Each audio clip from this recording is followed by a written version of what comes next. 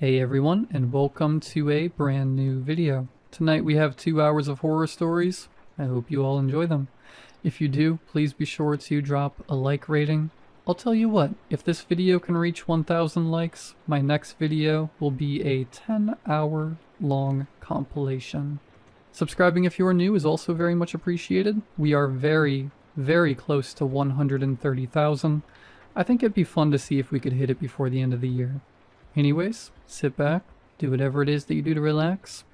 Enjoy the stories with no mid-roll ads, except for the one right after this intro.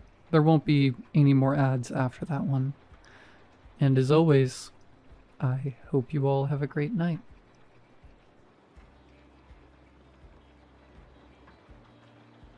Warning, check your back seat. I wasn't worried about the message when it first popped up. It's one of those things they put in these days to make sure no one leaves a child in a hot car, I guess. It had never shown me that message before, but I figured maybe a passenger had left a purse on the floor or something and it was detecting the weight. There wasn't anything there though. I looked under the seats and everything.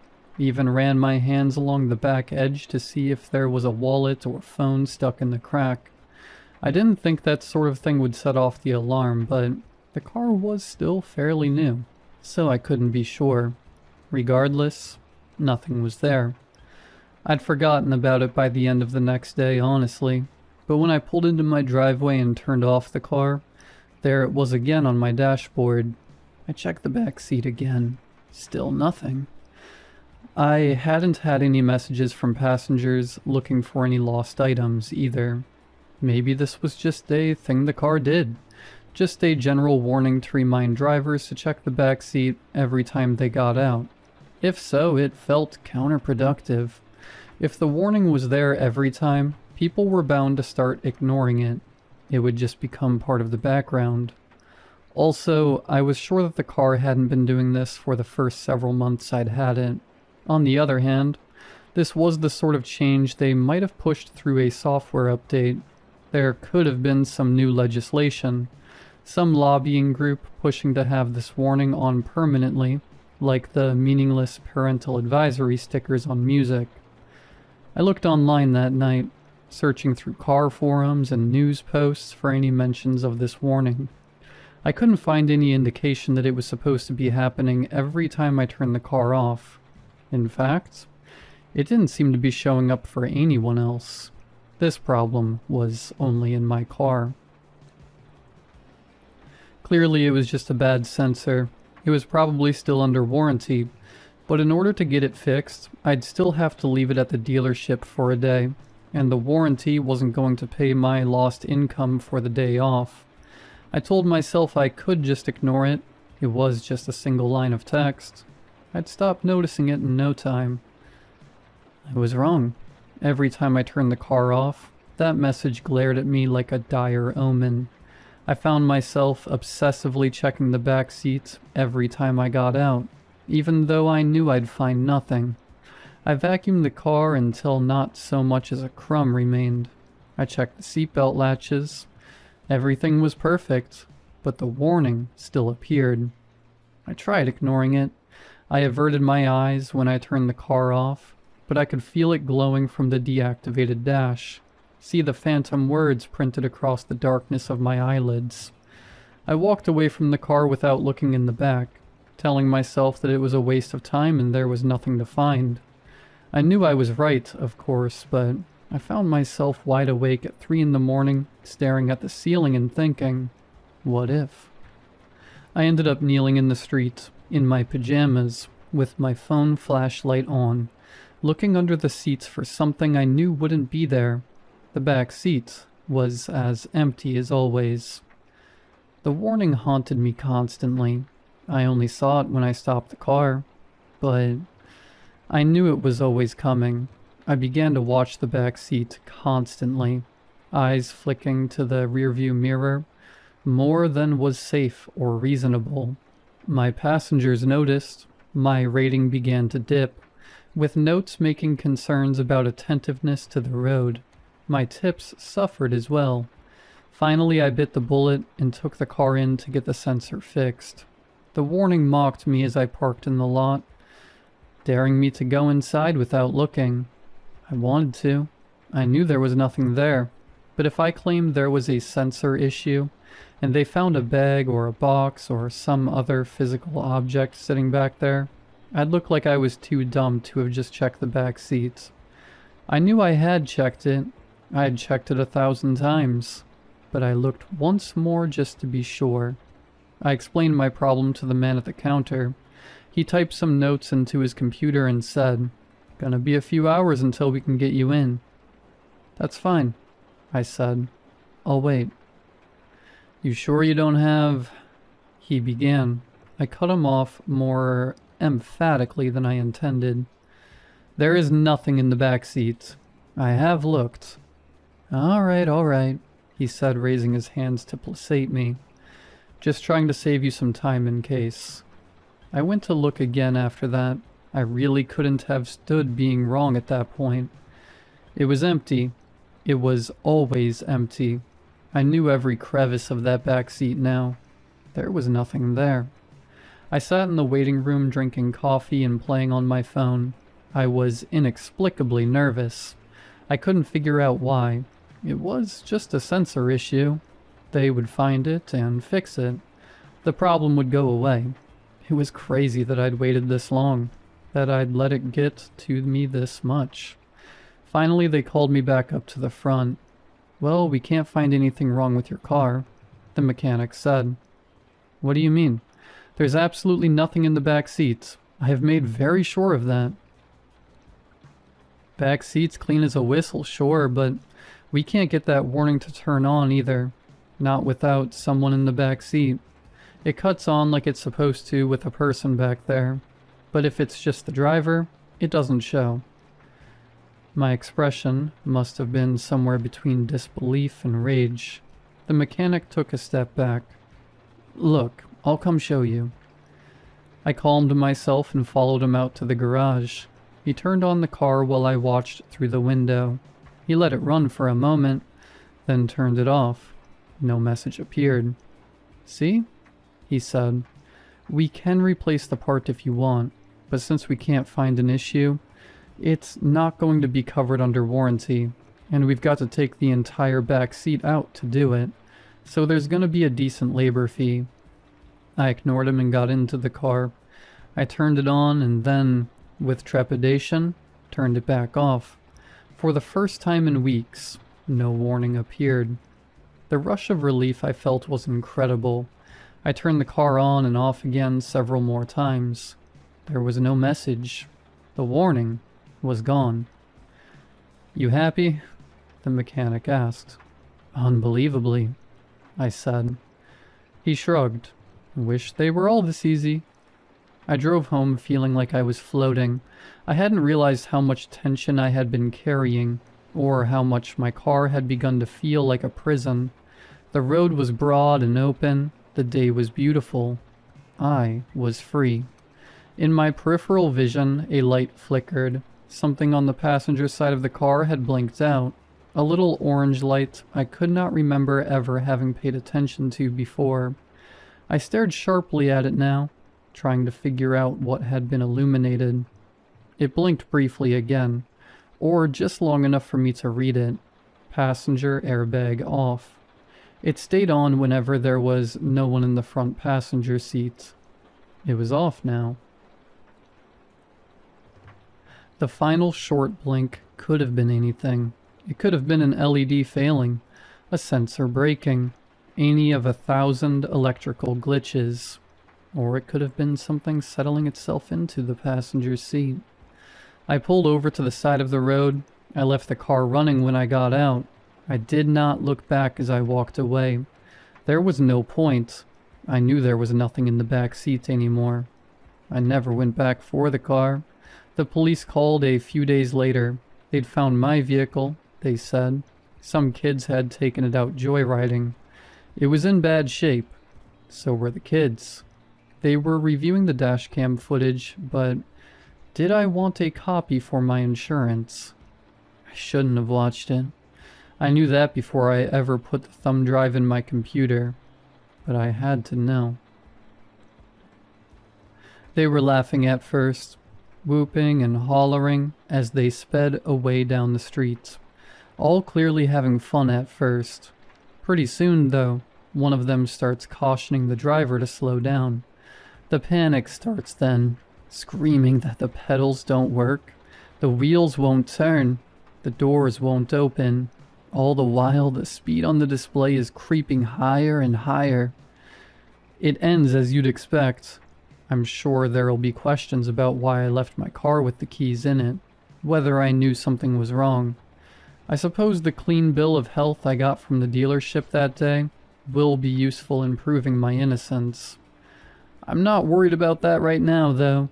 My Ring doorbell is notifying me that there's someone on my front porch, but the camera shows nothing at all.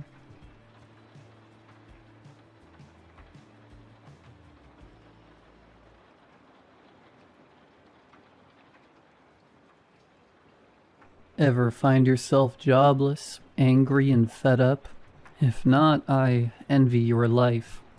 Unfortunately, that's the state I find myself in. Worked at a grocery store for about a decade. Customer decided to get rough with one of the other employees over some baby formula. One punch later, they're getting a couple $100 in gift certificates not to sue, and I'm out the door. I'd say funny how life works, but there's nothing funny about my situation. So here I sit, combing through Reddit for some horror to take my mind off my impending financial doom, watching 80s slasher films when that gets old, and rereading my Stephen King collection, of course. It'd be a good life if I wasn't sneaking ever closer to starvation. One day, though, I get a chat request. I accept it and see a phone number. My first thought is that it's for some kind of ARG. So, wallowing in shame, worry, and boredom, I give it a call. Thank you for calling Project Insomnia. How may I direct your call? An upbeat female voice says. Got sent this number on Reddit, wondering what everything is about. I reply. Good for you. I'll connect your call. The voice replies. After a few minutes of hold music, that's exactly as you'd expect, someone answers. Nathan, glad you decided to call. I've heard you're looking for employment and enjoy horror. Am I correct? A professional-sounding man says. I'm a little weirded out. I'm not the type to use my name. Of course that isn't my name but a stand-in, but I'm sure you all know that. Online much. And I certainly haven't been posting about my financial state. Till this, anyway. But people who run ARGs can get really into the weeds, so I don't think much of it. Right on both accounts. Why? I reply. We have an opportunity for you. 2 weeks of your time, using your skills. $20K. The voice says simply. God, I could use that money in real life, but hey, this will keep my mind off of things while I wait for some answers on resumes. Sign me up, I answer. Nathan, I think you're misunderstanding. We're not running any kind of game. I'm offering you money for your time. The voice sounds mildly annoyed. Really? I'll bite. What's the catch? Is this some kind of MLM pyramid scheme? What's going on? I ask. Details can be given in person. I'll send you a location. We can meet and see if you feel the job is a good fit. I'd request you bring a suitcase in case you feel like taking us up on our offer. There are many other people who have been chosen, and time is a factor, the voice explains. I get some mild BS vibes from his statements, but it's not like I have a full schedule. A couple of days later, I find myself in a small diner a couple towns over, sitting with a man in a plain black suit. He doesn't seem nervous, but there's a vigilance in his eyes, like he's used to watching out for things. Glad to see you've made it. You wouldn't believe how hard it is to get people to believe we're paying 20 grand, the man in front of me says. I would. I'm waiting for the part where you tell me it's split up over a decade and requires a 5K deposit. Before that, could I know who I'm talking to? I ask. You can call me Adrian, and I assure you what I'm offering is real. By the end of this meeting, if you so choose, I'll have the money in your account, is Adrian's reply. There's some silence. A waitress comes over. Anything I can get for you two? The middle-aged lady asks. Coffee for myself and a clubhouse sandwich with fries for my friend, Adrian replies. I'm not shocked that he knew what I'd order, more amused. Whoever these people are, they've dug into me. You're trying really hard to cultivate a mysterious aura. It's working though, so what's the job? I say. Simple really. We want you to watch horror, lots of it, for extended periods of time, and give your observations, Adrian says. Is this some kind of AI training BS? I'm not that desperate, I reply. No, Nathan, you will be watching real people, nothing artificial about it. But I know the question you're really asking. Why are we offering you so much money for something you do every day? Will you hope to get a call back from the sanitation office or a McDonald's? The answer is not going to be as exciting as you think. Your accommodations are going to be rather Spartan, somewhere between a small apartment and a prison cell. We need secrecy and a high volume of participants, hence the arrangement, Adrian explains. My food comes. I feel like I'm under a microscope as I eat, Adrian's eyes dissecting my every movement. So this is some kind of test run, I'm guessing. Halloween-themed attraction at an amusement park? You're paying for me to shut up about it more than anything, I question. Adrian gives a half shrug. Close enough for government work. So what's the verdict?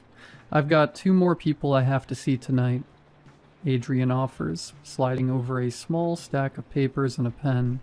I read through the contract, smirking a little. This is some McCaney Manor stuff here, Aid. Like, this part about consenting to methods of encouragement that may lead to physical harm. You can't sign away your rights against assault. So clearly you guys aren't going to be knocking out anyone's teeth. Adrian smiles. No one in organization has any intent to put hands on you.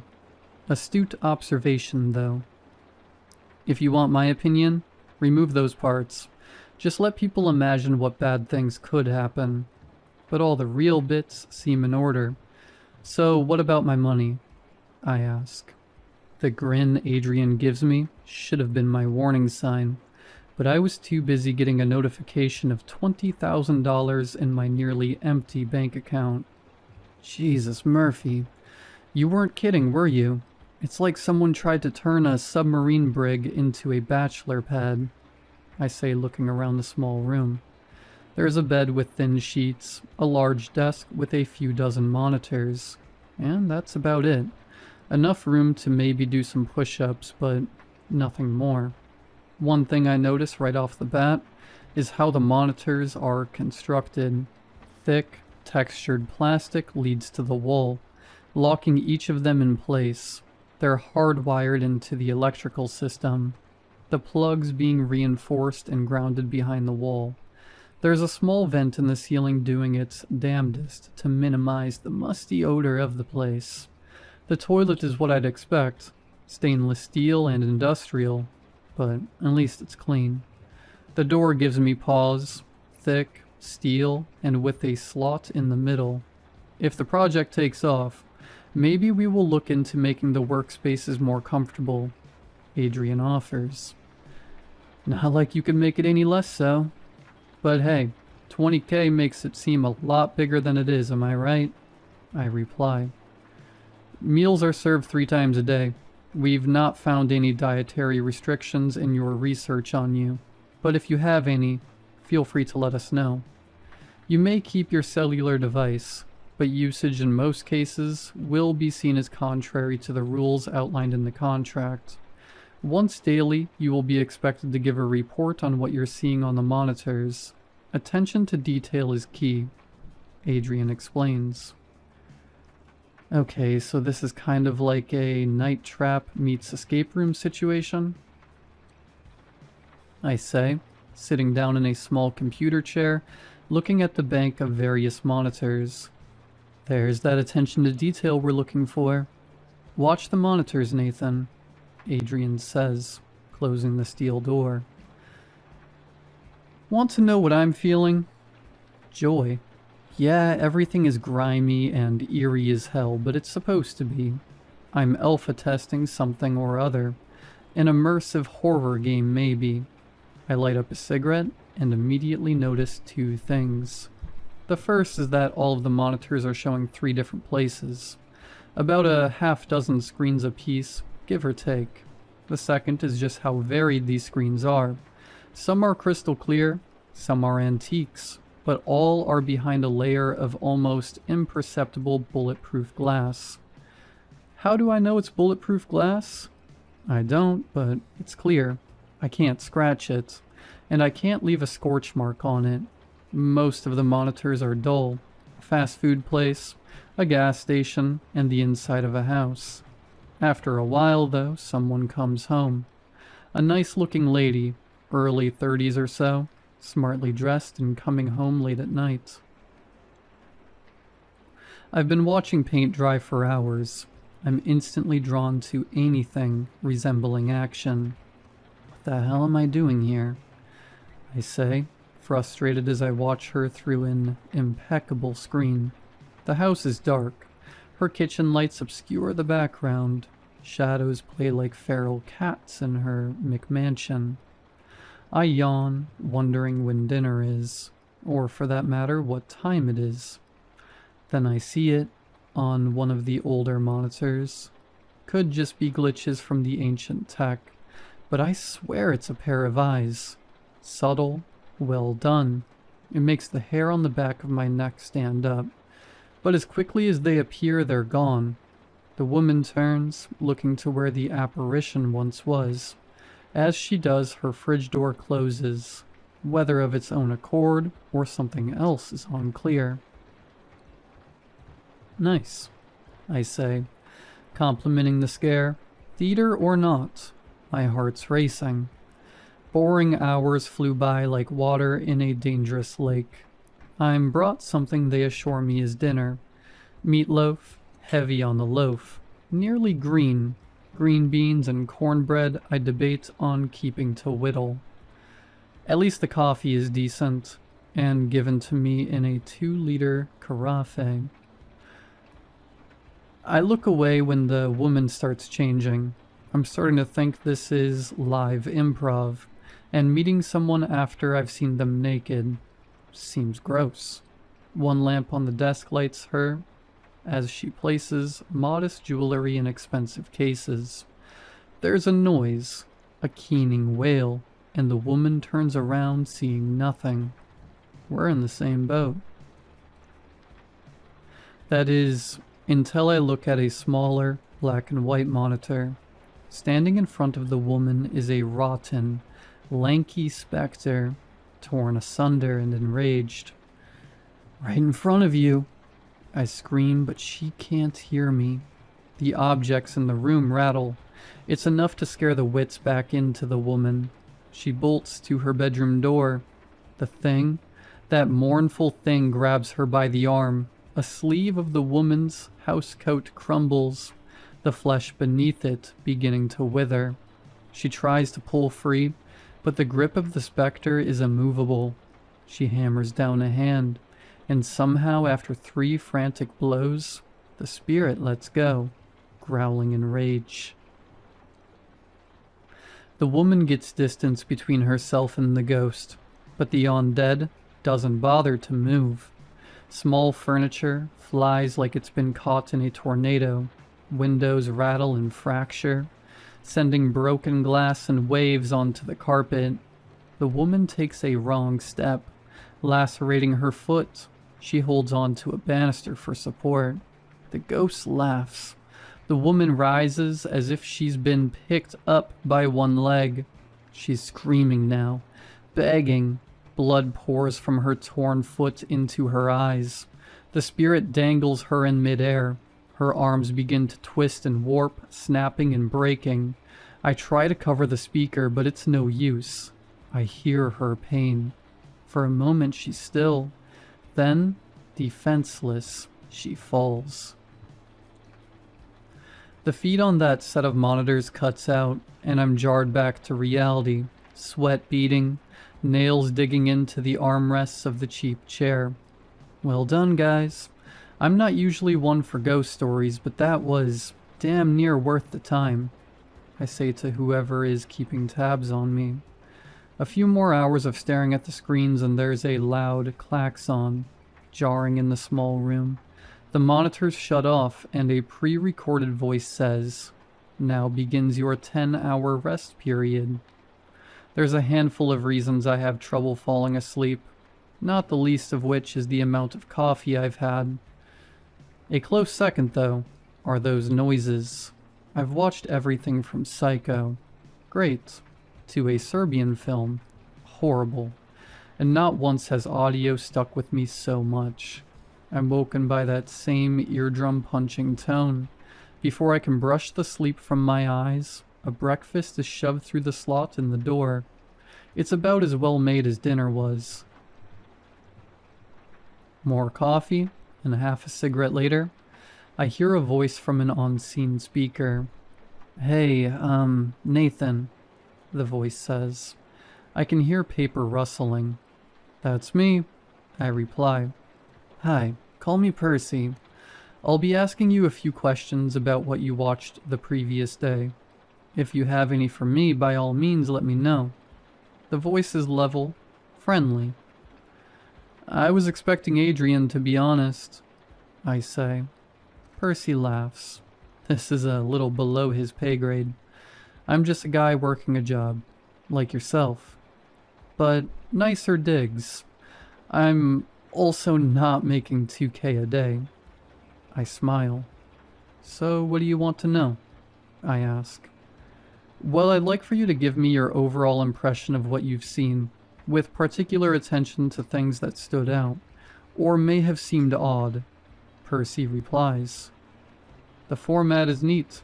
You'd think I'd get obnoxious, but those actors you hired, and those effects, make it worthwhile." I'd cut down a little on the dead air, though. The ghost was scary, especially the wounding around the face. Unique is probably the right word. The sound effects blew me away. One thing, though. Why did the ghost let go when that lady hit her? Didn't make any sense. Maybe if she hit it with a Bible or something, but as is, I don't know. Kind of killed the vibe. Seemed a little lazy or silly. I explain. "Good catch, Nate. I'll have the higher-ups take a look into that. Not a bad way to earn a few grand, eh?" Percy replies. "It'd be better if I wasn't hanging around with the ghosts of my own farts. That vent isn't doing a damn thing," I joke. The next 3 days go by in much of the same way. I scan the monitors till something spooky happens, and do my best to point all the plot holes and stupid things I find. Not that there's much to pick apart. The variety alone makes things worthwhile. I'm seeing ghosts, demons, a couple of slasher villain types, and a handful of different creatures. Despite the sponge baths and stale air, it's honestly a dream job. But I wouldn't be posting here if the dream didn't turn into a nightmare. Day 5 shows me what this place is really about. Breakfast comes, the same as always. A dish I dub Greg's. Due to their color and my love for a good port matcha, I answer some questions on the last thing I watched. Some kind of monster fight club. Seemed way too action-oriented. More like fantasy than horror, really. And get ready for another day. My selection consists of an empty barn, a deep forest, and... Adrian, I said in the interview, no AI BS. I'm out. Open the door, and if you want your 20K back, you can see me in court. I'm not going to be part of the downfall of art, I say. No reply. My issue is, I'm recognizing one of the places I'm watching on a set of monitors. Kumar's Comics. Now, I'm not much of a geek, but I've been known to buy a comic or two, and while I'm not in there every day, I know the owners well enough. Kumar and Jasprit Patel. A little over middle-aged, and the kind of folks that truly love what they do.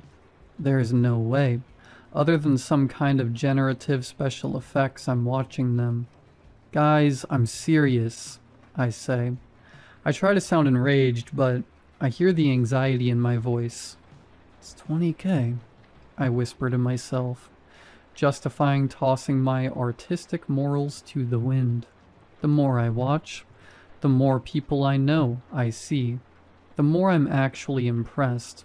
I hate saying anything good about AI, but if I didn't know better, I'd swear I was actually watching cameras hidden in the shop.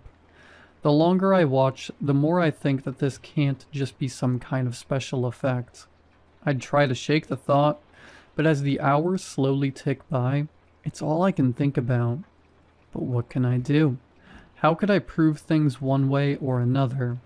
My hand starts to move towards my phone, a plan forming.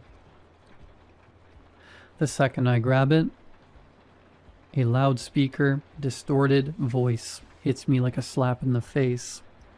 Nathan, do you know much about firing squads? Adrian says, his voice calm. What? No, why? I stutter. In any firing squad, one man is given a rifle loaded with a blank. None of them know who. The reason why is that certain actions carry a weight, one that's too heavy to carry for most, no matter how noble the intention. It leaves that sliver of doubt that maybe you didn't really do anything. It's how most members of a firing squad sleep at night. If you make that phone call, it's only going to make things harder for you. Cling to that doubt. Cling to it like a life raft, Adrian explains. What are you saying? I ask, panicked. As little as possible for your sake, and I have to remind you, using your device to communicate is against the rules of your contract and will be dealt with. Adrian threatens. I feel like I'm on the edge of a cliff. On one hand, I know this is all just some game. Spooking me out is the point. But on the other, a lot of things aren't adding up. I dial the number, I hear the ring echo through the monitors. My heart drops. I feel sick to my stomach. My phone disconnects. When I look down, I don't even see the "for emergency calls only" prompt. Just a string of strange, illegible characters. I hear Adrian sigh, then the speaker cuts out. A few seconds later, the industrial toilet/sink combination starts spewing water. It goes on for minutes, soaking everything in the room and leaving about 3 inches of standing water. I'm shivering, scared, and I understand how truly screwed I am. Watch the monitors, Nathan. You may not understand, but you're helping to save a life as we know it. Adrian demands. What else can I do? The day slowly trickles by. Every customer, every shadow makes my heart stop. Around 11 p.m., Kumar and Jasprit begin to close down the shop. I think maybe they're safe. Is this just another of the feeds where nothing happens?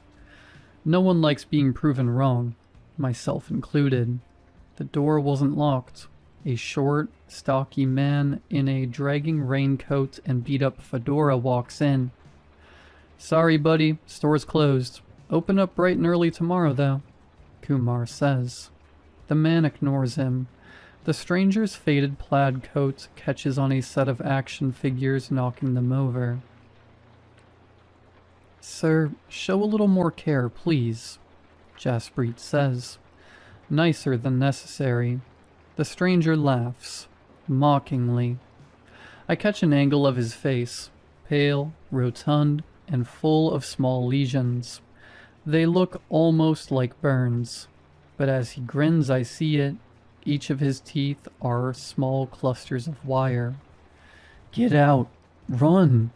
I scream at the screen, but of course they can't hear me. I know what this guy is, or at the very least what he's capable of. I can't just sit here. But what choice do I have?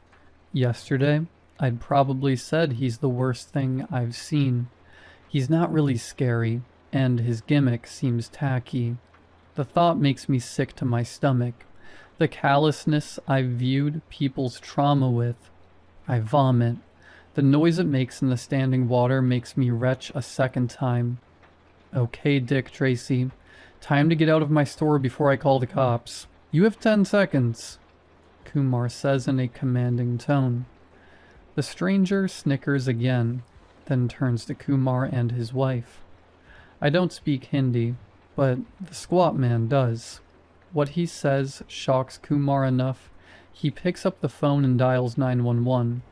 Of course, there's no dial tone. The lights flicker, then dim, then go out completely. Kumar and Jaspreet use their phones as a light, trying to find their way to the door. They reach it, but it doesn't budge. Kumar begins to rattle the door. There's an electric, arcing sound.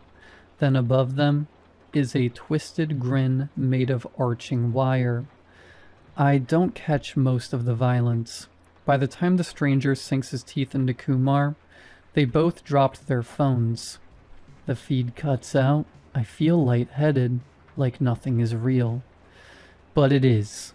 All of it. I just watch people I know get killed by a C-list urban legend.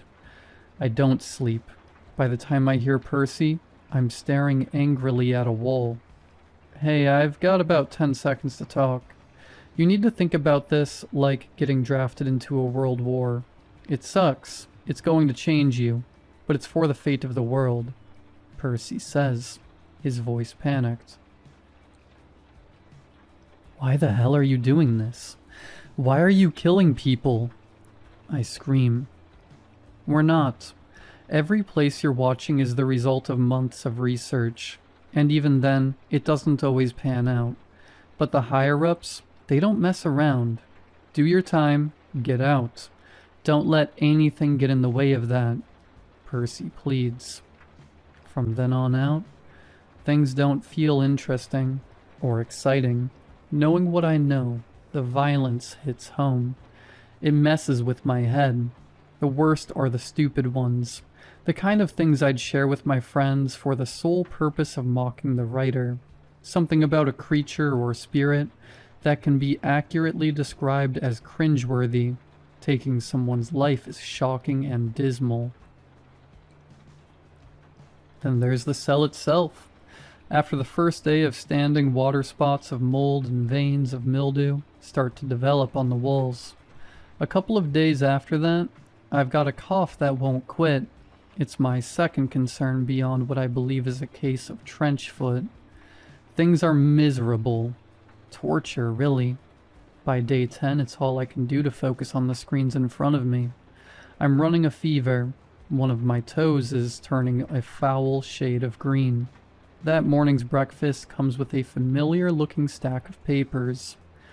I laugh, then cough. I see blood in the phlegm. It's a contract. Another 2 weeks of my life to have the water drained and some antibiotics. Of course, there's another $20K in it for me. But at this point, I'd burn the goddamn money just to get out of here.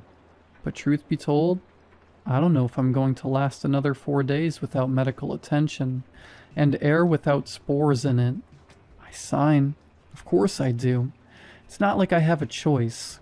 If it was a case of being shot, maybe I'd be brave enough to face the music instead. But the thought of dying slow, infected death in this sodden cell terrifies me. There's no happy ending here. I'm still in this cell. Day 13, in fact. The first day since the 5th I've seen a familiar place. My cell. It sits, perched in a corner of the room, looking down at me from the ceiling. I can't see it when I look up, but on an old, green-tinted monitor it lurks. I can't make out much of it besides what I think is a rusted old army helmet. Its long brass teeth reflect the scant light in the cell. Water is flooding my prison as I finish typing this, a punishment for reaching out to all of you. This is my cry for help, my scream to the void to try and figure out some way out of my situation. But this is also my warning. Something is happening in the world, something big and chaotic, and worse than anything we've seen before. Rules are breaking, logic is failing, things aren't what they seem, and someone, somewhere out there, is keeping an eye on all the Reddit threads and YouTube comments, looking for people that know what they're looking for. Those of us who live and breathe urban legends and ghost stories. Watch your back, guys. I don't know what else to say.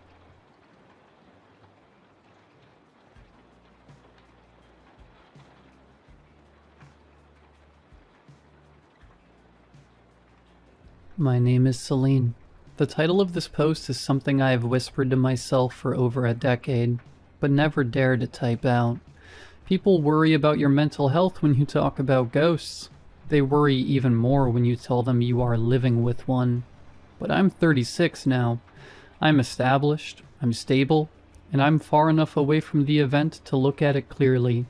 I need to get this down because I looked at her this morning, really looked at her, and I realized the truth is undeniable. To understand what I have now, you have to understand what I lost. It started 15 years ago. I was 21, living in a cramped, drafty apartment in Montreal, with the love of my life, Marianne. We were young, stupidly in love, and perpetually broke. Marianne was everything I wasn't. I was quiet, anxious, and prone to overthinking. Marianne was a firecracker. She was loud, she laughed with her whole chest, and she had the most piercing, impossible blue eyes I have ever seen on a human being. She was my anchor, until the night I let her drive away angry. The argument was stupid. It's the cliché of every tragedy, isn't it? We fought over money. We were short on rent, and she had spent a little extra on concert tickets for my birthday. I should have been grateful. Instead, I yelled. I told her she was irresponsible. I told her she didn't take our future seriously. The last words I said to her were, "Just get out. I can't look at you right now." So she did. She grabbed her keys, her eyes swimming with tears that made that blue look like a stormy ocean, and she slammed the door. 2 hours later, the police were knocking. Black ice on the hallway. She had lost control of our beat-up Honda and went over the guardrail. She died on impact. The weeks following the funeral are a blur of gray. I don't remember eating. I don't remember sleeping, really. I just remember laying in our bed, staring at the empty spot beside me, smelling the fading scent of her vanilla shampoo on the pillowcase. The guilt was a physical weight. It sat on my chest like an anvil. I had killed her. I convinced myself of that. If I hadn't yelled, if I hadn't kicked her out, she would be safe in bed. I was a murderer. That was when the activity started. At first, I welcomed it. It began small. I would come home from my waitressing job to find things displaced. A picture frame turned face down. The cabinet doors in the kitchen wide open. The temperature in the apartment would plummet, leaving my breath visible in the air despite the radiator clanking away at full blast. My grieving mind didn't register fear. It registered hope. "Marianne?" I would whisper into the darkness. "Is that you?" I assumed she was back. I assumed she wanted to tell me she was okay. but the atmosphere in the apartment wasn't comforting. It was heavy. It felt oppressive, like the air pressure before a tornado. 3 weeks after the funeral, the activity shifted from passive to aggressive. I was in the kitchen making tea. I had the kettle on the stove. Suddenly, the burner dial snapped from low to high on its own. The gas flared up with a whoosh. I jumped back, my heart hammering. I reached out to turn it off, and a mug from the drying rack flew off the counter. It didn't just fall, it was thrown. It shattered against the wall inches from my head. I stood there, shards of ceramic at my feet, trembling. "Marianne," I cried out, tears streaming down my face. "I'm sorry. I'm so sorry." I thought it was her anger. I thought she was trapped here, furious at me for the way we left things. I deserved it, I told myself. She wanted to throw things. Let her. I deserved every bit of it. But it got worse. The nights became unbearable. I would wake up at 3 a.m. to the sound of heavy, wet breathing right next to my ear. Not the soft breath of a sleeping partner, but a raspy, guttural sound. When I reached for the lamp, the bulb would pop with a deafening crack, plunging me back into darkness. Shadows began to pool in the corners of the room, taller and darker than they should have been. They seemed to stretch toward the bed. I stopped sleeping. I became a ghost of myself, dark circles under my eyes, shaking through my shifts at work. The culmination happened on a Tuesday in November. It was a month after the accident. I was lying in bed, fully dressed, because I was too terrified to change into pajamas anymore. I was staring at the ceiling, waiting for the sun to rise. The silence in the apartment was deafening. Then the temperature dropped. It wasn't gradual. It was instant. The air went freezing cold, so sharp it hurt my nose to inhale. I squeezed my eyes shut. "I'm sorry, Marianne," I whispered. My mantra of guilt. Something grabbed my ankles. It wasn't a gentle touch. It was a vice grip, strong and painful, like two bands of steel clamping down on my bones. I gasped, my eyes flying open. I tried to kick, but my legs wouldn't move. With a violent jerk, I was ripped down the mattress. I screamed, I clawed at the sheets, desperate for purchase, but the fabric just bunched in my hands. I was dragged off the foot of the bed, my hips slamming hard onto the hardwood floor. The grip didn't let go.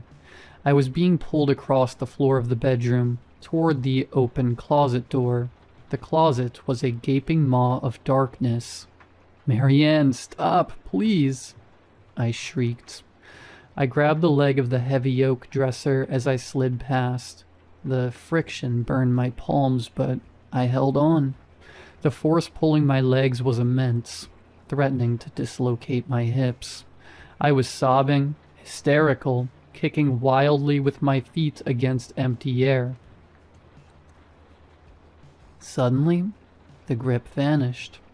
I didn't wait. I scrambled up, scrambled into the corner of the room and curled into a ball, hyperventilating. I stayed there until dawn broke, watching the closet, waiting for her to come back and finish me. I looked at my ankles in the morning light. There were bruises, distinct, finger-shaped bruises, but they weren't the size of Marianne's hands. Marianne had small, delicate hands. These marks were large. The fingers were too long. A cold realization settled in my gut. That wasn't Marianne. Marianne had a temper, yes. She could be fiery, but she was never cruel. She would never hurt me physically. She loved me. Even in our worst moments, she loved me. Whatever was in my apartment, whatever was dragging me toward the dark, wasn't the woman I loved. It was something else. Something that fed on misery. And I was an all-you-can-eat buffet. I was terrified to go back to the apartment, but I had nowhere else to go. I spent the day walking around the city, freezing in the November wind, dreading the sunset. That evening, as I approached the front steps of my building, I saw something sitting near the communal trash cans. It was a cat.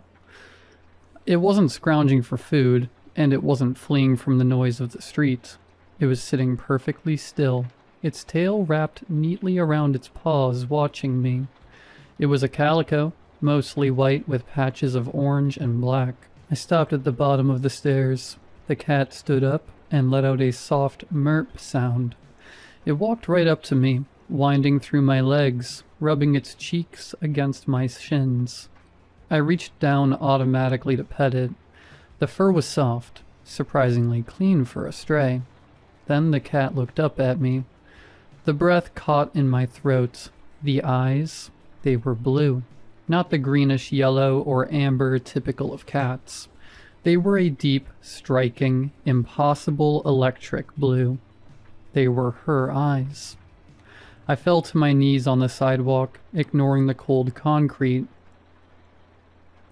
I stared at the cat, and the cat stared back with an intelligence that felt jarring. It bumped its forehead against my nose, purring, a sound like a small engine. "Hey," I whispered, my voice trembling. The cat didn't run away. When I stood up and unlocked the front door of the building, the cat trotted inside ahead of me, as if it owned the place. I hesitated, then followed. It climbed the 3 flights of stairs to my apartment door and sat there, waiting for me to turn the key. I opened the door. Usually the dread would hit me the moment I crossed the threshold. The heavy, malicious atmosphere. The cat walked in first. It strutted into the center of the living room, sat down and let out a long, low hiss. It wasn't hissing at me. It was staring at the dark hallway leading to the bedroom. The fur along its spine stood up in a rigid ridge. I stood by the door paralyzed. The cat held its ground. It let out a growl that sounded too deep for its small body. Then it strode forward, into the hallway, into the bedroom. I heard a thump like something heavy falling, and then silence. The cat came trotting back out a moment later, its tail held high, looking relaxed. It walked over to the couch, Marianne's favorite spot, jumped up, curled into a ball, and went to sleep. For the first time in a month, the apartment felt empty, but in a good way. The heavy pressure was gone. I didn't kick the cat out. I named her Marianne. It felt sacrilegious to anyone else, I'm sure, but it felt like the only option to me. Things changed after Marianne the cat moved in. The supernatural activity didn't stop immediately, but it changed. It felt like a war being waged, but I was no longer the soldier. I was the civilian being protected. One night, I was watching TV. The air grew cold again. The familiar scent of ozone and rot began to creep in. I tensed up, clutching a pillow. Marianne, who had been dozing on my lap, instantly woke up. She leaped off the couch and stood in the center of the room. She stared at an empty corner near the ceiling, her eyes pinned back flat against her skull.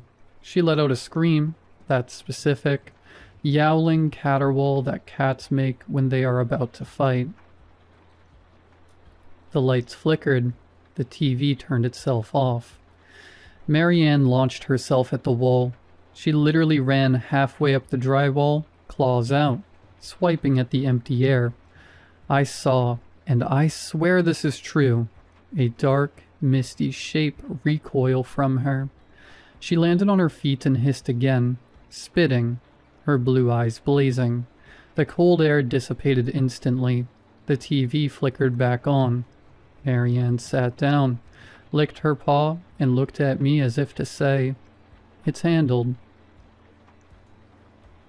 This happened a few more times over the next month. Whatever that thing was, whatever dark parasite had latched onto my grief, it was trying to come back, and every time, Marianne was there. She was a sentinel. She slept on the pillow next to my head every single night. If I shifted in a nightmare, she would place a paw on my cheek, grounding me. I started to notice things about her behavior, things that made the hair stand on my arms. My human girlfriend Marianne had a very specific hate for olives. If a pizza came with olives, she would pick them off with surgical precision and stack them in a pyramid on a napkin. One night, I ordered a supreme pizza. I was eating at the coffee table. The cat jumped up. She sniffed a slice. She delicately used her claw to hook an olive, fling it off the pizza onto the table, and then nudged it away with her nose. She did this to every olive on the slice before trying to steal a piece of the pepperoni. I just stared at her. "Really?" I asked. She blinked slowly. Marianne the human also had a habit of tapping her fingers when she was impatient. The cat, when waiting for me to fill the food bowl, would tap her left paw rhythmically against the floor tiles. Tap, tap, tap. She didn't like cat toys. I bought feathers, laser pointers, fake mice. She looked at them with disdain, but she loved watching reality TV. She would sit on the back of the couch, eyes glued to the screen, head moving back and forth as the people argued. Human Marianne used to say it was her trashy, guilty pleasure. Slowly the fear in my life evaporated. The dark entity gave up. It couldn't get past the guard dog, or rather, the guard cat. By the time spring arrived, the apartment was just an apartment again. But I was never alone. I talked to her. I know that's what crazy cat ladies do, but this was different. I told her about my day. I told her I was sorry about the fight. I told her I loved her. Whenever I apologized for the accident, for the argument, she would butt her head against my mouth to silence me. She would purr so loudly it rattled her ribs. It was forgiveness. I knew it. Life went on. I moved out of that apartment 2 years later. Marianne came with me, obviously. I went back to school. I got a degree. I started a career in graphic design. I dated a few people, though it never really worked out. It's hard to bring someone home when you feel like your dead ex is judging them from the top of the cat tree. And that brings us to today.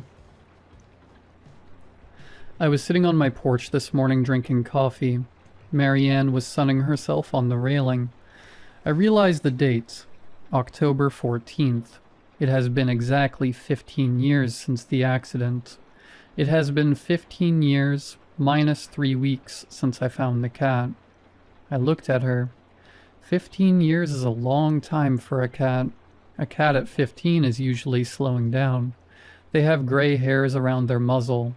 Their eyes get cloudy with cataracts. They sleep 20 hours a day. They have trouble jumping onto high surfaces. Marianne looks exactly the same as the day I found her. I mean exactly. Her fur is pristine, silky, and vibrant. There is not a single white hair on her black and orange patches. Her eyes are that same crystal, piercing electric blue, clear as the summer sky. She jumped from the porch railing to the roof of the garage this morning, a 6-foot vertical leap, to chase a squirrel. She moves with the agility of a kitten. She eats with the appetite of a lion. I took her to the vet last week for a checkup. The vet, a new guy, looked at her chart. "Born roughly 15 years ago?" he asked, raising an eyebrow. "Yes," I said. "I found her then." He examined her. He checked her teeth, her heart, her joints. He looked perplexed. He took an X-ray just to check for arthritis. "This is bizarre," he told me, showing me the scan. "Her bone density, her teeth. If you didn't tell me she was 15, I'd say this cat is maybe 2 years old, maximum. There's zero sign of aging. Absolutely none." I nodded. I wasn't surprised. I came home and looked at old photos. I found a picture of human Marianne from her 20th birthday. She's laughing, looking at the camera.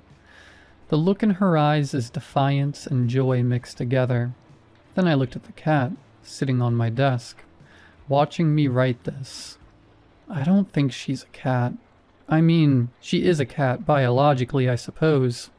But the spirit inside, the thing looking out through those blue eyes, the entity that attacked me 15 years ago wanted to hurt me. It was drawn to my guilt, but Marianne, she fought it off. She came back. She found a vessel that would let her stay. I've read about this kind of thing. Reincarnation, possession, spiritual attachment. Usually spirits move on. They fade, or if they stay in an animal, the animal eventually ages and dies. But she isn't aging. She isn't leaving. I stroked her head a few minutes ago, running my thumb over her ears. I whispered, "You're not going anywhere, are you?" She let out a short, sharp meow. It sounded like no. She bit my thumb gently, another thing human Marianne used to do when she was being playful, and began to lick my hand with her sandpaper tongue. I'm not scared. I should be, probably. It defies every law of nature. I'm living with a creature that is effectively immortal, inhabited by my dead girlfriend who refuses to cross over because she thinks I can't handle myself alone. And the honest truth? She's probably right. She's looking at me right now. She wants me to stop typing. She's tapping her left paw on the desk. Tap, tap, tap. I guess I better go. She hates to be ignored.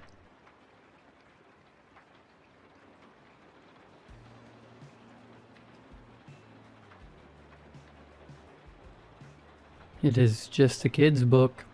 A title spelled in rainbow blocks. Thick pages. Almost a baby look, really. The recommended age is 3 to 5. Zoe and I found it in a dusty box in the storage room at Colvin Preparatory School. Mrs. Lemon, the owner, tries to make us feel better by calling us after-school teachers, but we are babysitters. The most teaching we do is remind the kids to not pick their noses during snack time. Our real job is to keep the kids safe, and at least somewhat entertained while their doctor and lawyer parents make the money to pay the tuition. The work isn't glamorous or interesting, but for a part-time job, the pay is good. Private school and all. There were only a handful of kids today. Mrs. Lemon said it was a popular week for vacations. Seeking to make the most of her money, Mrs. Lemon assigned me and Zoe to clean out the storage closet, while she watched the children. We weren't sorry. Cleaning out the closet was easier than corralling the kids. The hardest part was not choking on the dust. Even in the dark closet, we could see the thick gray blankets of dust on the cluttered shelves. "Can you turn on the light, Hooper?" Zoe asked. I flicked the switch. Nothing happened. "Hooper." "Sorry, I did." I looked up to see an empty socket. "Well?" I gave Zoe a nervous look. "Don't say that. Mrs. Lemon might hear you. Zoe is the best part of the job. I don't want her to get fired." "That's right. I wouldn't want to lose the chance of a lifetime." I tried to not let her see my dopey grin. "We better get started." I ripped open a box. Its cardboard was soft with age. Manila folders filled with what looked like old personnel records. "Box of junk here." I looked back to see Zoe playing on her phone. I coughed to encourage her to get to work. "What about you?" She sighed and started to tear open the box closest to her. It was a smaller box about the shape of a pizza box. It sat crooked on a bigger box like someone had thrown it in the closet in a hurry. "Well, let's see." She tossed the strip of cardboard into the shadows and pulled out the book. From the fluorescent light in the hallway behind us, I could just see its cover. It showed a papier-mâché sun behind a platinum blonde girl smiling in a pink dress. Or it was supposed to be a girl. Walking over to Zoe to look at the book more closely, I saw it was actually a grown woman. She looked like a girl because she had sharp circles of blush on her cheeks and stone-stiff pigtails on her shoulders.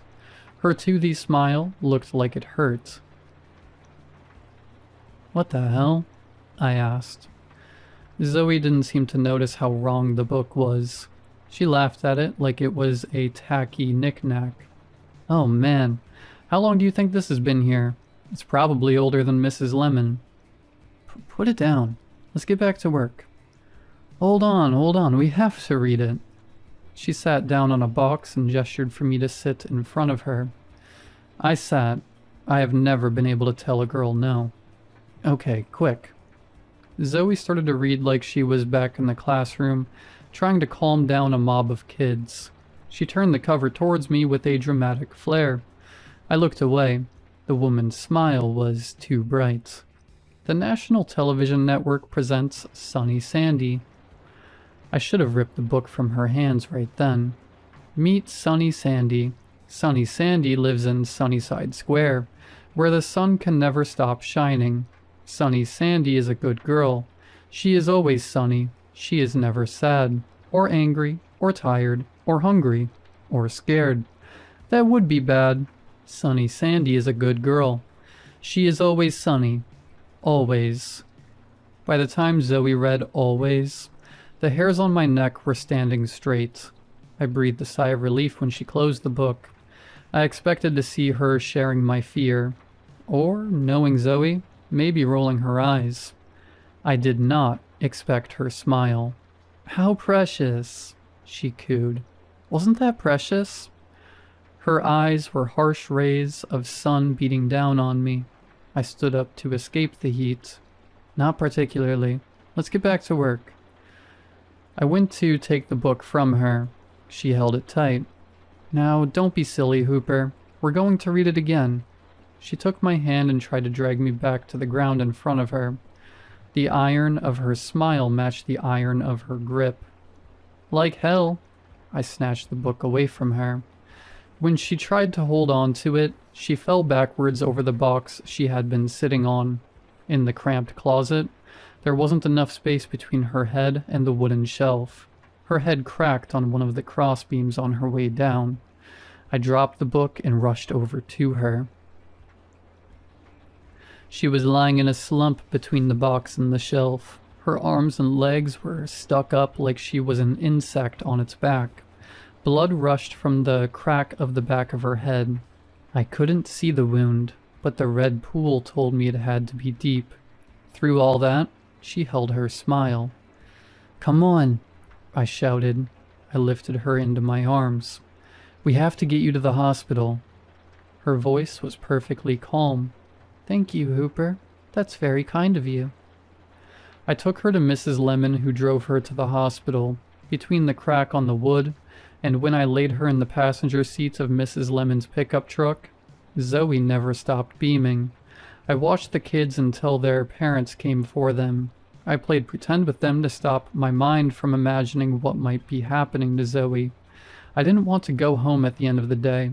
I still hadn't heard anything, and I wasn't ready to be alone with my thoughts. Procrastinating, I went back to the storage closet. Standing in the hallway light, I saw the woman smiling up at me. I thought back to what Zoe had said. We're going to read it again. This book had broken my friend, but how? It was just a kid's book. I opened it.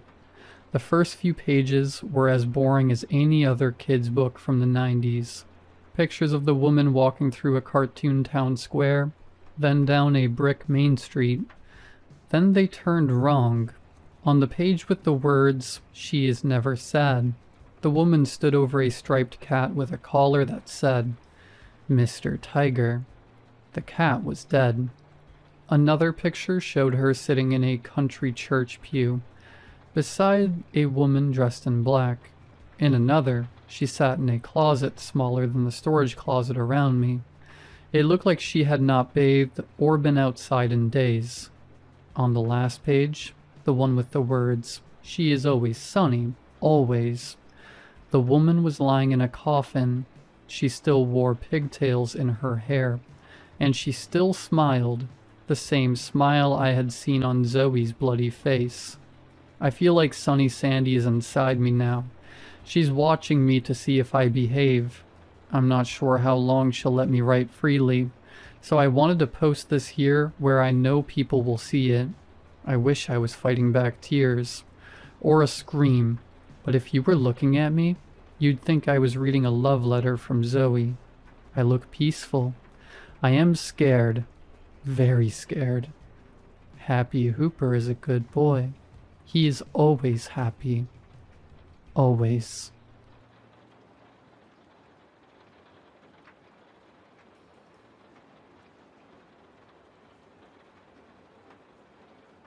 It started a week ago when I got a notification on Instagram about a new follower. I got random requests all the time, so it didn't stand out at first. The username was optimus.prime33. Not exactly subtle, not exactly human. No profile picture, no posts, no bio. Following exactly one person. Me. I didn't follow back, obviously. I don't follow empty accounts unless I know the person, and I didn't know this one. Actually, I didn't know anything about this one. 0 mutuals, 0 footprint, 0 reason to exist. I remember looking at the picture for a total of 3 seconds and thinking, bot, closed the app and moved on. End of story. Or so I thought. The next morning I woke up, brushed my teeth, made the same coffee I drink every day, and sat on my sofa replying to boring work messages. My phone buzzed with a notification from Instagram. Optimus.prime33 mentioned you in a post. I rolled my eyes, thinking it was probably some spam reel tagging random people. Opened it anyway.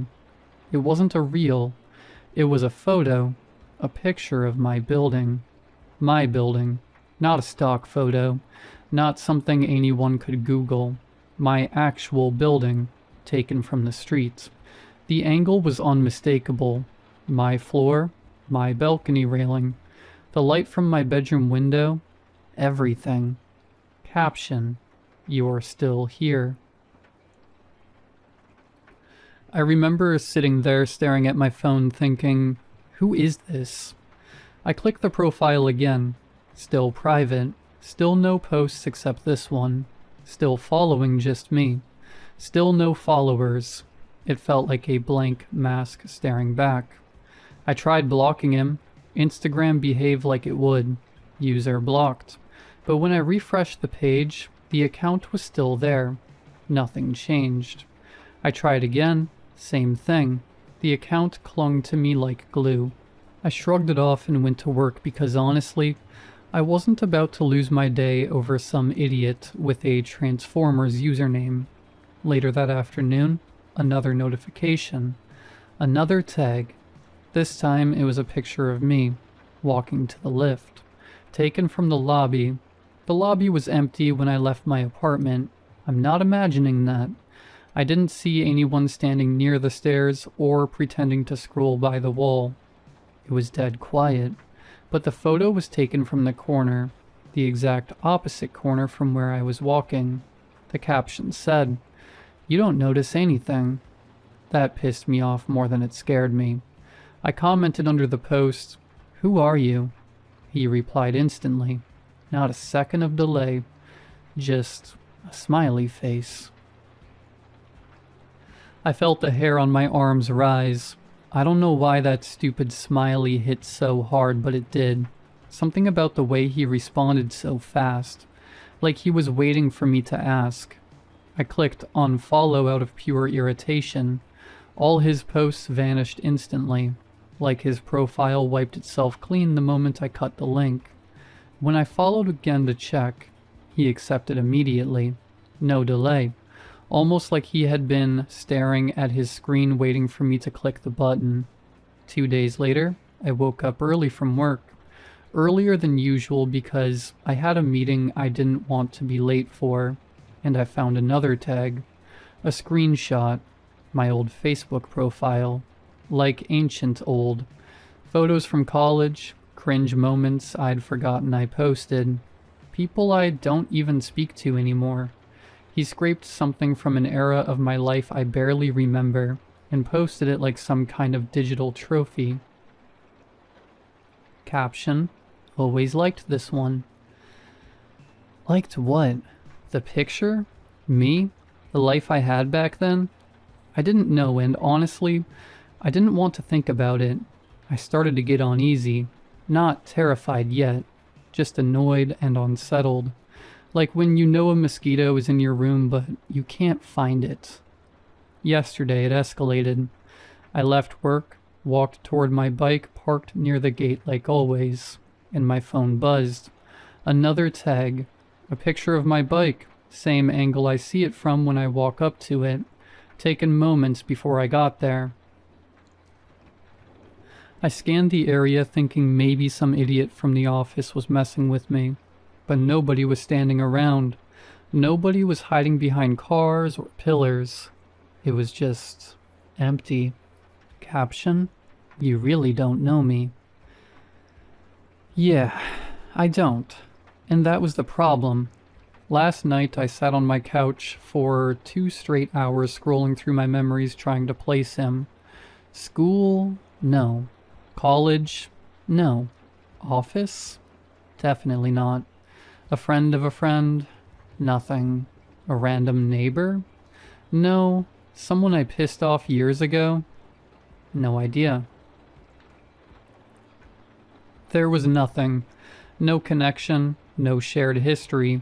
No reason this guy should know anything about me. This morning, things got real. About 40 minutes ago, he posted a picture of my doorbell. My nameplate. Up close. Clear as daylight. He had stood right there. Caption: back home soon? That was it for me. I grabbed my keys, grabbed my phone. Didn't even check if the door was locked. Just walked straight out. Didn't call anyone. Didn't tell anyone. Just walked fast and didn't look back. I must have reached the police station in 5 minutes flat. Probably broke a walking speed record. And now I'm sitting in this crappy plastic chair with people screaming down the hall and constables walking past without making eye contact. The fan above me is rattling like it's about to fall. My palms are sweating. And I'm typing all of this out because I haven't figured out how to explain this without sounding insane. Hi, sir. Some guy with a Transformers username is tagging me in pictures of my balcony. Yeah, great. Sounds normal. I opened Instagram to check if he posted anything new. Nothing. The same set of posts, arranged neatly like a timeline of creeping dread. I tapped each one again. My balcony, me near the lift, my old Facebook profile, my bike, my doorbell. I zoomed into each picture trying to find clues. Reflections, shadows, footprints, corners, anything. There was nothing. Whoever took these photos was careful. Too careful. I checked the timestamps. They lined up with my routine, almost perfectly. Morning, afternoon, post-work, late evening. This guy knew my schedule. I even checked the metadata on the photos. Instagram strips, most of it. But I checked anyway. Nothing. I tried Googling his username. Nothing. No Reddit, no Twitter. No stray gaming IDs. Nothing in any breach database. No traces. Like the account exists only on Instagram. Only connected to me. I even tried messaging him. Tell me who you are. No reply. I was halfway through typing a second message when I realized I was being stupid and stopped before giving him more attention. And now I'm here, stuck in a police station, typing this all down while constables keep walking past me like I'm a stain on the floor. I wish I could say I'm calm. I'm not. I'm trying so hard to pretend I'm not affected, but my chest feels tight. And I keep checking the station doorway expecting him to walk in. I keep refreshing Instagram every few seconds, and each time I brace myself for another notification. I swear I'm shaking writing this. All of this feels unreal and too real at the same time. A stranger following me everywhere, taking photos, posting them seconds later, reacting instantly when I unfollow or comment. It's too much. I'm trying to appear normal in the police station, but I keep glancing at the entrance. Every time the door moves, my heartbeat jumps. Every time someone coughs behind me, I flinch. Someone has been watching me for a week, closely enough to know when I leave my room, when I enter my lift, when I park my bike, when I unlock my door, when I panic. I'm trying to steady myself, but my fingers won't stop tapping the screen. My phone buzzed as I was typing this out. Another tag, another post. My hands are cold. I opened Instagram without thinking. This time it was a picture of me, sitting on this same plastic chair, typing on my phone. My shoulders hunched the exact way they are right now. My thumb mid-swipe. My leg bent at the same angle. Everything identical. It was taken from beside me, right next to my shoulder, like someone stood inches away while I typed, and I didn't notice anybody standing there. The caption read, "This won't help."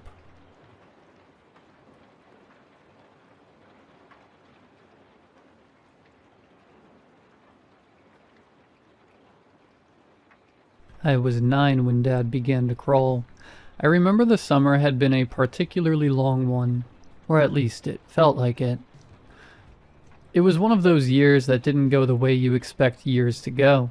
We'd had no rain since January, and the sun came out suspiciously early, though the temperatures remained low well into June, and it seemed to get dark far earlier than it should have on account of the fogs that would roll in each afternoon to snuff the sunlight. I remember the unseasonable weather was the only topic of conversation among everyone in our town. But that was the same most years, and the weather being wrong is seemingly commonplace everywhere now. But that year had been especially off. Memorably so. Especially since it also brought us the September when Dad began to crawl.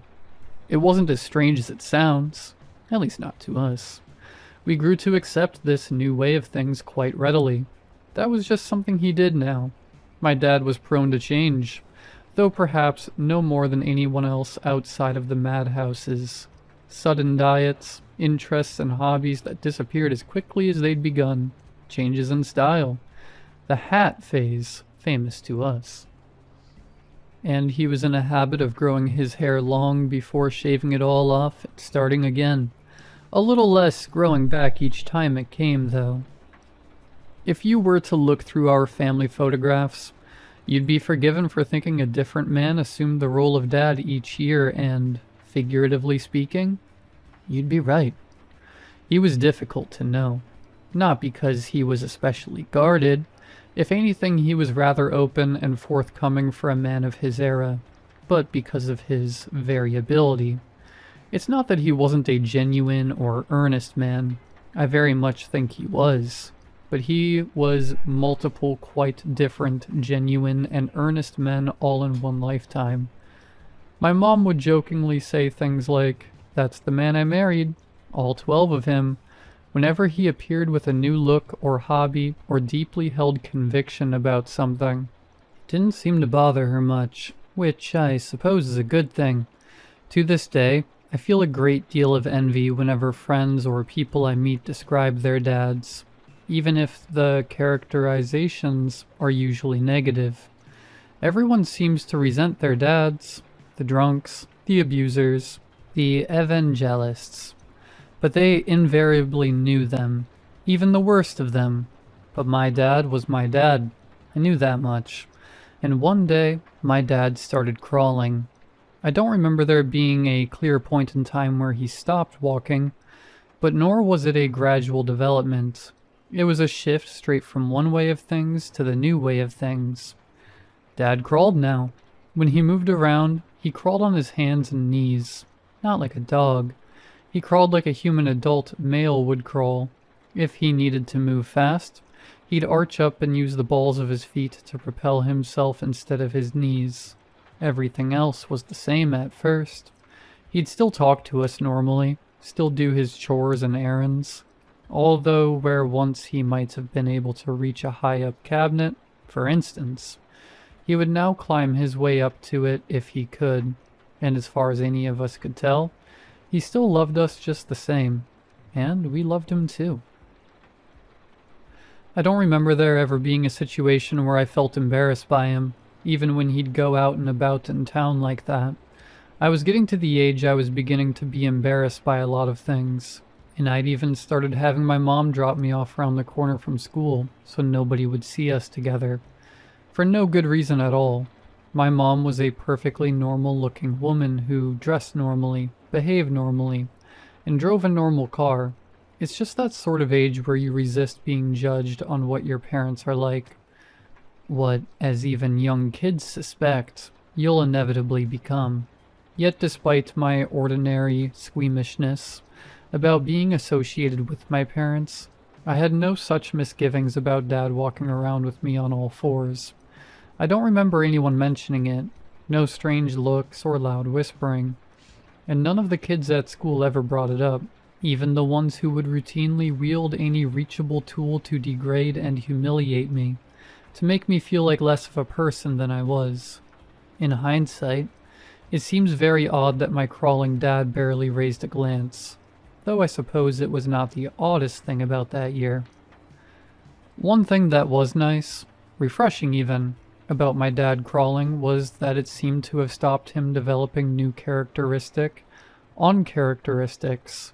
Once he'd gone down on all fours, he never found any new obsessions, never felt the need to change his appearance, never started exhibiting any new mannerisms or accents.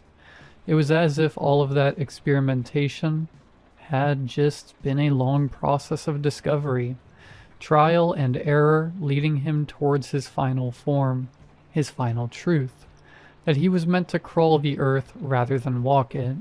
We're more aware now than we were then that people are often ill-suited for their lot in life, whether genetic or environmental, and that the only chance at contentment for many involves altering some of these things by force. For my dad, it seemed, this was the thing he'd had to alter. He didn't ever seem particularly discontented while he was vertical, though I can't definitively say he was happy either. I suspect the hobbies and other attempts at transformation would frustrate him when they didn't work as he'd hoped they would, and you could sense a certain lowness about him when this happened. Each phase would give a honeymoon period lasting no more than a week or two, before he'd either start to sway, gradually reintroducing prohibited foods for instance, or outright change course quite suddenly. The shift from standard Protestantism to a kind of mystic scientism. Come to think of it, one victim of all this constant shifting and twisting around might have been his ability to have and care for a family. We were one of the few permanent results of a personality, a phase which involved him being a caring and devoted husband and father, and one which might have stood in the way of the drifts to come. When he fancied himself a writer or an inventor, I remember feeling more than ever that we were a hindrance rather than a blessing, or a core component of his own identity. Well, he never expressed this outright. It was something we could all sense, and I think we only accepted it because we all knew that it wouldn't last very long before he adapted into something for which we were a welcome addition. In any event, whatever discontentment he may have experienced in the course of all these things dissipated entirely when he started crawling. He'd found his thing, and we were all glad for him. I don't think any of us thought more than that of it until later, when the other dads started joining in. I'll admit that, like all 9-year-olds, I wasn't paying as much attention as I should have been. Any childhood is comprised of moments, really, a procession of abstract glimpses and impressions that can't be coalesced into a coherent story until long after that part of the story is over. I remember being confused when grown-ups would be able to talk about life holistically, interpreting things from the past and extrapolating into visions of the future. It might as well have been magic, and I suppose in many instances, it is like magic, or at least appears to have the same rate of failure as any other nebulous, esoteric form of divination.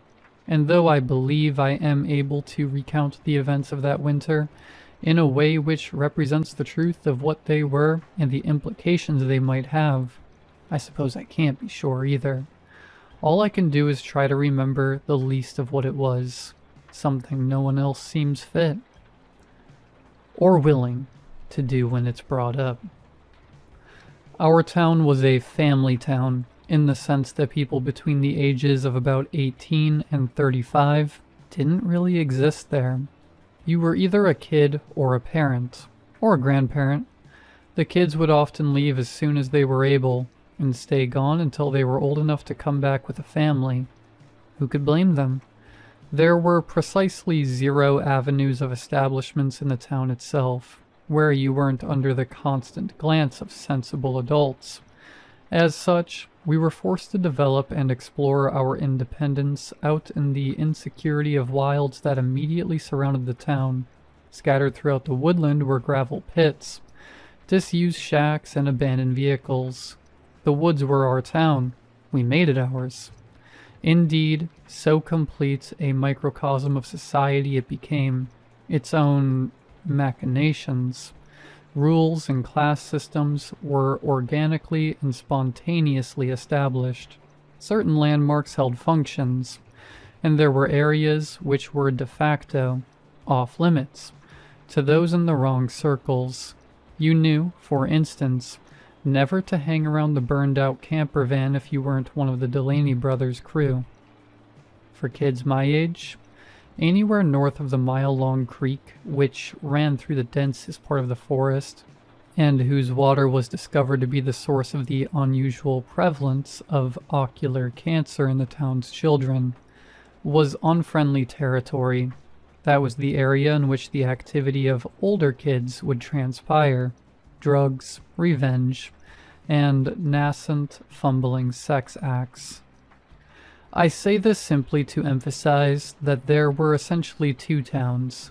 The town proper, where all the grown-ups lived their grown-up lives, and then the town outer, where all the kids went to grow up.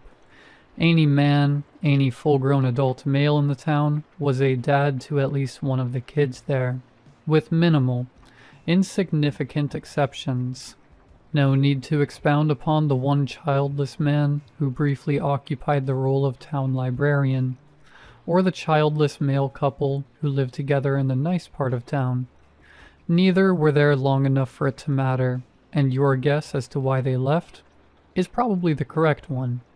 Some dads occupied the sorts of roles you would expect of men in that sort of time in that sort of town: mechanics, locksmiths, store managers. But most of them worked at the factory a couple of miles away. The factory, known only and always as the factory, was our town's industry. It was credited with seeing us through several recessions and economic upheavals, relatively unscathed, and, as mentioned, with contaminating the creek that caused the unusual prevalence of ocular cancer in the town's children. In town, the factory was treated as unmoving and essential, a thing as the air itself, even less prone to variance in fact. It sat just elevated enough that its lone gray turret could be seen from virtually any vantage point within the town or its surroundings. Although myself, and presumably most of the non-dad townsfolk, had never actually seen the entire building up close, it was sufficient to know that it was simply there, and it was there that most of the dads would go to work. I don't know what the factory was for, nor do I really know what my dad did there. From any discussion, form, or pay stub, the most I can discern is that he was a worker there. I never bothered to ask for any more detail than that, and he never offered any unbidden, like some dads might do. To him, it seemed, His job was just a minor inconvenience, a tedious and unimportant necessity to facilitate his true passions, whatever they may have been that week. But he never complained about it, and he never missed a day, even after he'd gone horizontal. As I said, my dad was the same dad he always was. If anything, he became even more the same once he'd started crawling. There was nothing else to him, nothing new for us to acclimate to. He just crawled around, went to work, played with us kids, and crawled into bed with his wife at the end of it. Only one time do I remember it occurring to me that there might be something wrong with this. At that age, and for as long as I can remember before it, I always slept with my bedroom door open looking out onto the landing. I don't know if there was any particular reason for it, but I couldn't have it any other way. And if one of my parents closed the door after putting me to bed, I would always rush up to open it again. There was nothing I was actually scared of, yet it would send a cord of terror down my spine as soon as that door closed while I was in bed. One night, I'd woken up suddenly from what must have been a bad dream, one of those ones so terrible that your memory rejects them outright. If you're just left with the dread sensation that you had experienced a horror in sleep, and it might have followed you back out. The wind outside had been pummeling the trees so the tendrils of their branches scratched against my window, adding sensory stimulation to my already overwhelmed juvenile limbic system. Instinctively, I did what I'd always done in this situation and cried out for my dad. I'm unsure why he was always my first choice to comfort me when I was frightened. On balance, I'd say I was definitely closer to my mother who, typically of the women in our town, had been much more present and involved in the key stages of my emotional upbringing, and certainly was my first port of call in any other emotional or physical state. But when it came to being frightened, it had to be Dad. Perhaps it was because I'd never seen him frightened by anything himself, and I knew he'd always come. Sure enough, it wasn't long before I heard the clumsy thump of limbs on their bedroom carpet, then the frantic patter of his hands slapping against the hardwood floor as he approached my door. It was then that I got the deep, distinct impression that something was wrong, deeper than the sensation whatever nightmare I'd had already stirred within me. The sound of my dad approaching, the sound that would typically comfort me in a state like this, was making me more terrified than I'd ever been. I don't have words to fit to begin explaining how much I utterly dreaded seeing him crawl past the doorway and into my vision. I closed my eyes tight right as the slapping sounds of his palms whacking themselves against the floor came closer and then stopped. Silence now. He must have been outside my room, looking at me. I couldn't bear to open my eyes. I knew it was just Dad. I knew it would be the same Dad I saw every day. I was even used to Dad crawling. It never disturbed me in the slightest, but at that moment, I couldn't imagine anything more horrifying than what I knew I would see in that doorway if I were to open my eyes. He remained silent. I remained silent as well, stifling the sharp, panicked breaths that were trying to burst out of my chest. I wanted nothing more than to hear those same thumps and thwacks of limb upon wood, retreating back to his bedroom. I couldn't explain nor rationalize it to myself. I simply wanted him gone. But still there was silence. For how long, I could not say. Too long. My eyes instinctively wanted to open a little to see what was going on, but I forced them to remain firmly shut. I was locked in, suffused with the most primal, physical fear I'd ever known up to that point, and remained that way until my eyes suddenly sprang open to reveal an empty room and an empty hallway, bathed in the morning light. The impact soon faded as with any nightmare, and I was untroubled when Dad came crawling into the kitchen for breakfast. But to this day I won't sleep with my bedroom door even slightly ajar. By late October, it had become commonplace for the other dads to crawl. As with my own, I remember this being neither sudden nor gradual.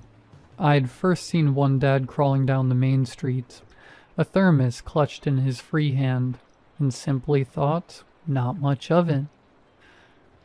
A couple of days after that, it occurred to me that everyone's dad had been crawling, as if it had always been that way. It was a development, but not one that struck anybody as strange, wrong, or frightening, nor did I credit my dad with having started the trend. Soon after that, Dad became even more horizontal than he had been. He refused to assume any vertical orientation, and would no longer climb upwards onto chairs or into bed.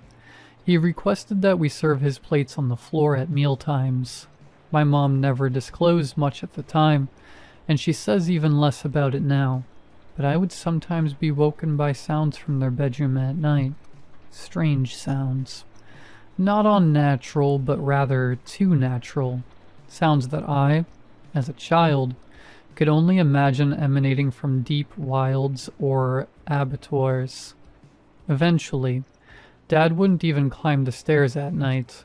I'd come down in the early morning to find him in the middle of the living room rug, prone like a sphinx. His eyes wide open, somehow even more open than when he was awake. Then he stopped sleeping entirely.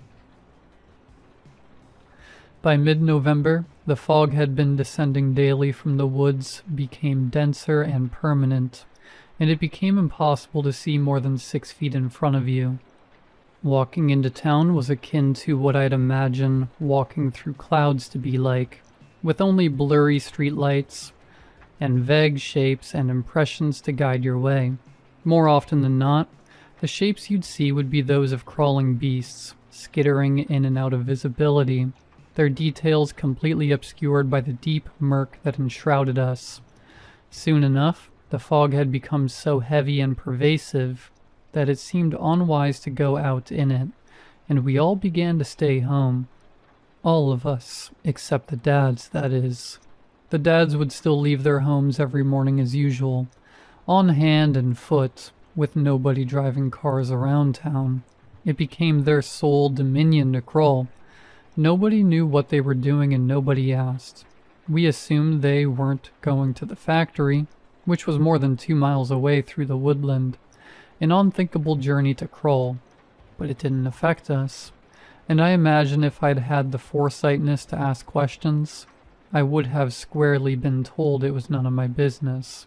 In fairness, it wasn't any of my business. I would come to know that, whatever business this was, it existed far beyond my remit. That the dads were doing what the dads were doing is about as close to certain as I can be on the matter, and as long as Dad came home, I had no reason to concern myself with it any further. One evening, early December, Dad didn't come home. None of them did. They had left their houses that morning as usual, with no outward signifiers that this day would differ from any other, and they never returned. The following day, I remember accompanying my mom on a drive into the town's foggy maw, to search for him only to find all the other moms and kids doing the same thing, headlights scanning vainly for things long since gone. Even at that young age, I somehow knew, intuited at least, that my dad was never coming back. It took some of that growing and comprehending I mentioned before to realize that Dad had already been gone a long while before that day the dads disappeared. The next day, the moms organized a search party, scouring the woods around the town for dads. I wasn't allowed to go, so my older sister was left with me at the house. I remember spending the day staring out of my bedroom window. The only thing I could see through the impermeable mist was the factory's turret, silent, unmoving in the distance, the only constant left. When Mom came back that evening, I heard sobs, harsh breaths, and the frantic exchange of hushed voices between her and my sister. I wasn't supposed to hear, but I sat hidden at the top of the stairs and tried my best to make out what had been discovered. My mom has never spoken about it again. Any of it. Not my dad, not the crawling, not the fog, not the town, not the factory, not what they had found there. After corroborating with my sister, what I know is this. The moms had followed several trails, hand and footprints, coming from all different angles into the forest. Along these trails, they found articles of clothing, Dad's clothing, across the forest floor, although the clothes hadn't simply been removed. They had been bifurcated, precisely down the middle, as if carefully sliced off whatever was wearing them, and they were hot to the touch in spite of laying on the cold earth for at least a whole day. Gradually, the various trails of prints had begun to coalesce and meet in the middle, beyond the point they all met. About 1 mile south of the factory, they formed one single trail, one set of hand and footprints, the size of 70 men's put together, which crawled in a straight line directly to the factory. The very next morning, we left town. I'd been woken up by Mom around dawn, who listlessly told me we were going and we wouldn't be coming back. I barely had time to fill a backpack with my things, let alone begin to comprehend the emotional weight of all that was happening and what it meant. Dad's possessions were left entirely untouched. I got the distinct impression that nobody would ever touch them again. As my mom listlessly drove the car through the last of the mist, which dissipated as soon as we had pushed through the town's surrounding woodland and broke free of its limits, she kept her eyes fixed firmly on the road ahead. If at any point she had looked behind her, she would have seen the town swallowed whole by the fog, all except for the factory, which still stood tall in the far distance, glowing deep red from within, as if filled with an infinity of burning coals.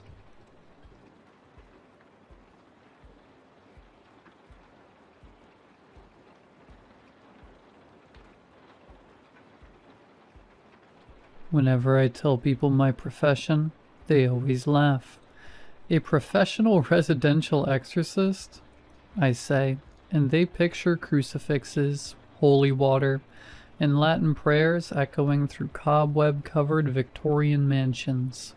They picture Max von Sydow from The Exorcist, with his sharp cheekbones and unwavering sense of justice. They can never imagine what I spend most of my time doing: filing noise complaints with local councils, negotiating legal occupancy with unauthorized tenants, and explaining to terrified homeowners that the demon-scratching noises from their walls are just rats and cockroaches having a blast in the insulation. My name is Xavier Rexar, and yes, I do have a Master of Exorcism Studies from SOAS, University of London. It was a niche program, run only from 2009 to 2013, an experimental collaboration between the Department of Theology and the Department of Cultural Anthropology. I was in the last cohort. The program was discontinued afterward. Of course, a degree alone isn't enough, so I went back to law school. Nothing embodies the identity of a professional exorcist quite like explaining to a ghost, while quoting the 1988 Housing Act, that the house would no longer belong to him once he died. Yes, Mr. Henderson, you do need to move out, because the new owner finalized the sale 3 months ago, and the deed is in my possession. I've been doing this for 7 years. I've seen it all.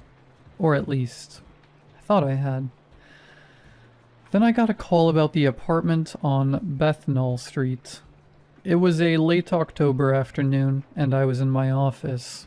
Actually, an empty bedroom in my apartment that I'd set up as an office, with a desk, a filing cabinet, and a bookshelf filled with books I'd never read.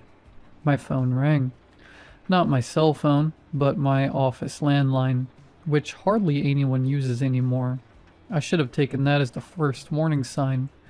But hindsight is always easy, isn't it?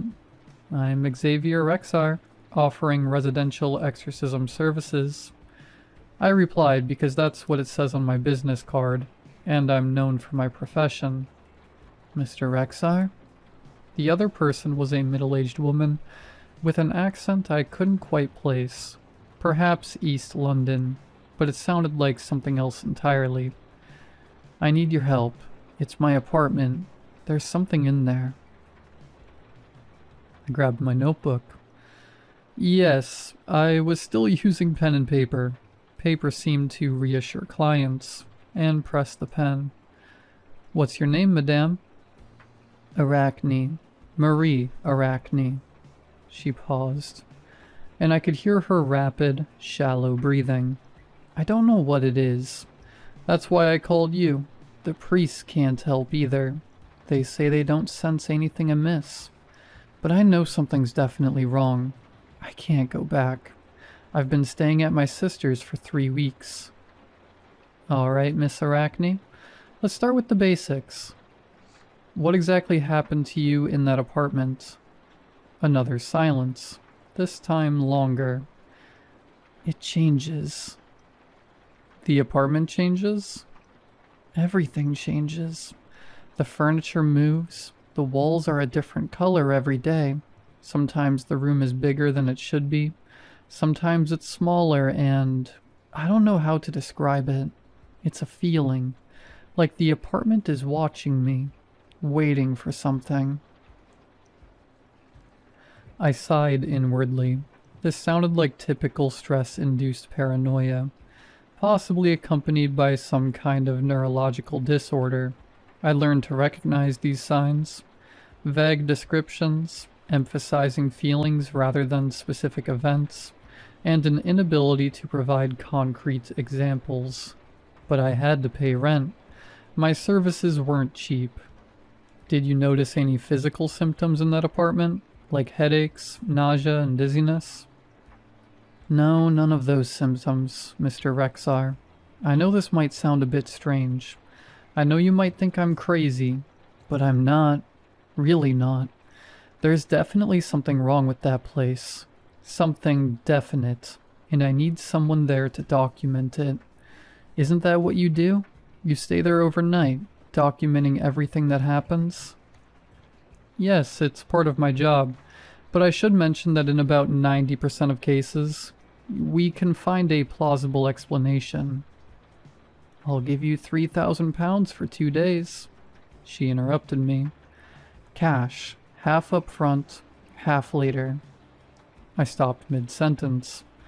£3,000 was more than 4 times my usual rate. Marie Arachne was either desperate or had too much money to burn. Perhaps both. Miss Arachne, this is incredibly generous. Why are you in such a hurry? Why is the fee so high? Because I need someone to take this seriously and... She hesitated again.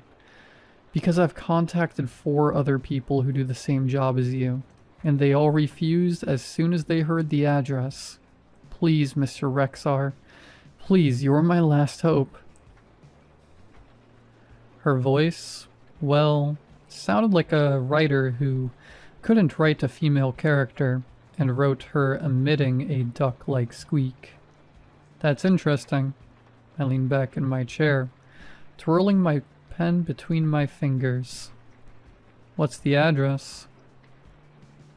47B Bethnal Street, 3rd floor, right in Bethnal Green, near the tube station.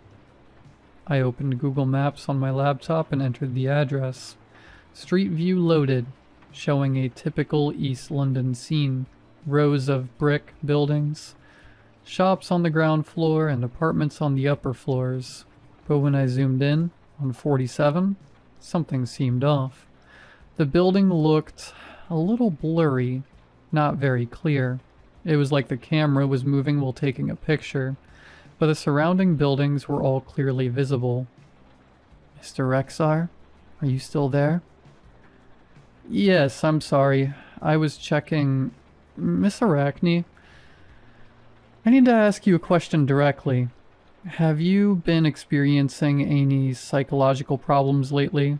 Like depression, anxiety, or anything like that? I don't mean to offend you, but these symptoms you've described can sometimes be related to anxiety disorders, etc. I haven't had a mental breakdown, she snapped. I haven't been hallucinating. I haven't been on drugs. I'm a high school teacher, Mr. Rexar. I grade papers and complain about the education standards, boards, inspections. I'm bored, and I'm normal. But my apartment isn't normal. For 7 years, I've learned to distinguish between 3 kinds of people. Confused people, mentally unstable people, and people who have truly experienced inexplicable things. Marie Acne sounded like the third. Well, I said, making a decision I later deeply regretted. I'll take this case. When would you like me to start? Tomorrow. I'll be waiting for you outside at noon with the keys and half the payment. Thank you, Mr. Rexar. Thank you very much. Before I could ask any more questions, she hung up. I sat there staring blankly at the blurry image of 47 Bethnal Street on the screen, a strange unease creeping up my neck. I told myself it was no big deal. Just another job, another confused client, an extremely ordinary problem. If I spent a night in the apartment with a carbon monoxide detector and thermal imaging camera, everything would be clear. I'd never made such a huge mistake in my life. The next day, I took the Central Line to Bethnal Green Station. It was a typical overcast day in London in wintertime. The sky seemed to hang 3 feet overhead, like a wet blanket pressing down on everything. We get a lot of cases at this time of year because there are so many people with depression. I packed my overnight bag, a change of clothes, toiletries, a laptop, an electromagnetic field strength meter, a carbon monoxide detector, a flashlight, a first aid kit, and a copy of the land registry information I had checked earlier. That's when I encountered my second problem. Though I didn't fully recognize it at the time, according to the land registry, 47B Bessemer Street didn't exist. 47 was a shop, a Turkish kebab shop. Above were apartments, 47A and 47C. 47B didn't exist. I initially thought it was just an administrative error, perhaps due to recent renovations and the system not being updated yet. I'd encountered this before. I should have turned back. I should have called Marie Arachne and told her I couldn't take the case. But £3,000 is £3,000. I found Marie Arachne waiting outside the kebab shop, but as she had said, I guess she was in her 50s.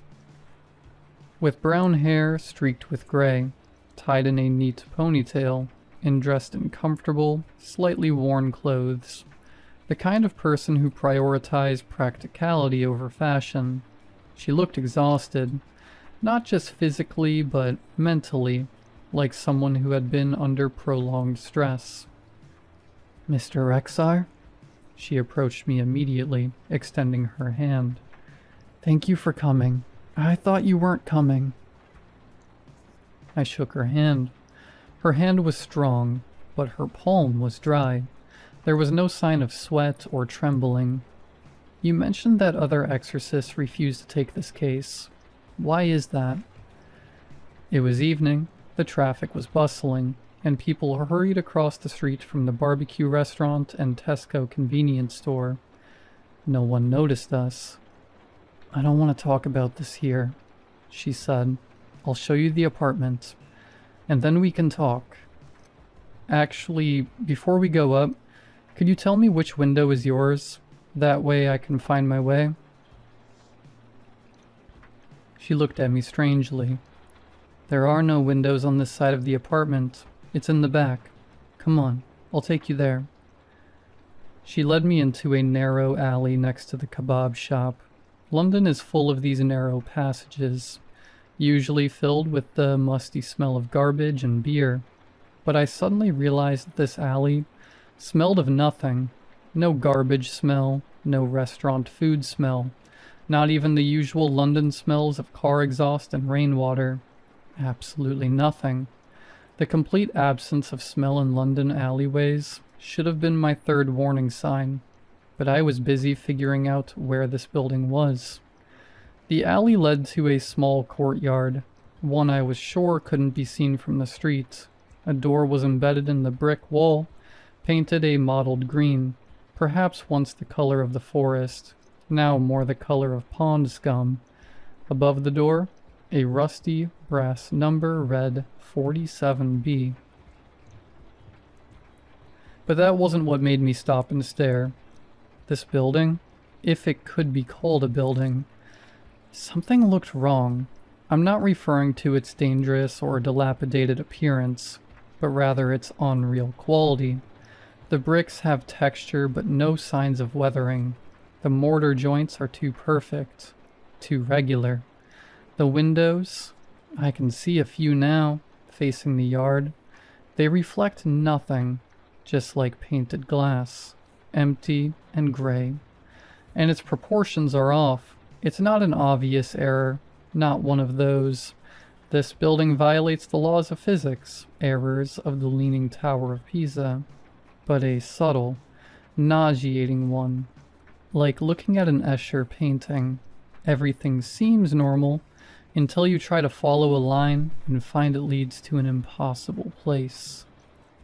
"This is it," Marie said, pulling a key from her pocket. She handed me the key but didn't approach the door. Her hand began to tremble. "I still have assignments to grade. I told you. I haven't been inside for 3 weeks, but you'll understand. You'll understand once you're inside."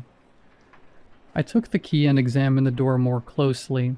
As my gaze left the door, the wood grain seemed to move, flowing like water, as if the rings of a tree were rearranging into some kind of pattern, like some kind of alphabet I'd never seen before.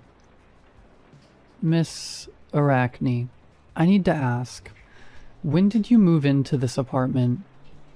6 months ago. I rented it through a real estate agency. It was a very good deal for the area. I should have been suspicious, but I thought I was lucky. "Do you still have the lease agreement?" She nodded and pulled a folded document from her bag. I glanced at it quickly. A standard, short-term lease agreement.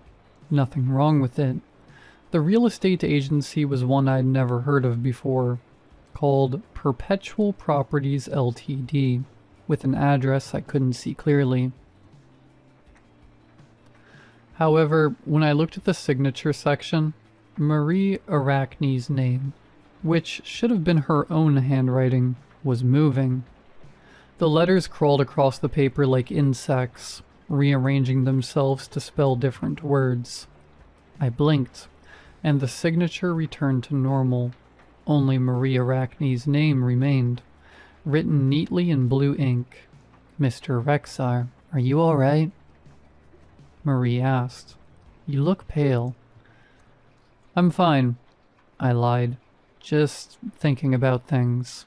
"Miss Arachne, go back to your sisters. Don't wait for me. I'll call you when I'm done." She looked both relieved and guilty, shoving an envelope into my hand. Inside was the first 1,500 pounds. Then, without a word, hurried back down the alley. I watched her leave, then turned and walked toward the door of 47B. The key slid smoothly into the lock, too smoothly, as if the lock had been waiting for it, as if it had been shaped to welcome it. The door opened silently. The darkness beyond the door wasn't the absence of light. It was the presence of something that occupied where light should have been. I could feel it pressing on my face like a spider web, like water, like the closing pages of a book. I went in anyway, because I'm a professional, because I'm a fool, Because now that I think about it, the house seemed to want me in. The door closed behind me, not with a bang, not with a click, but with a sound like a smile. I stood in what looked like a foyer, a beam of my flashlight slicing through the dim light. The walls were covered in wallpaper, but it wasn't wallpaper. It was newspaper, thousands upon thousands of pages, layer upon layer.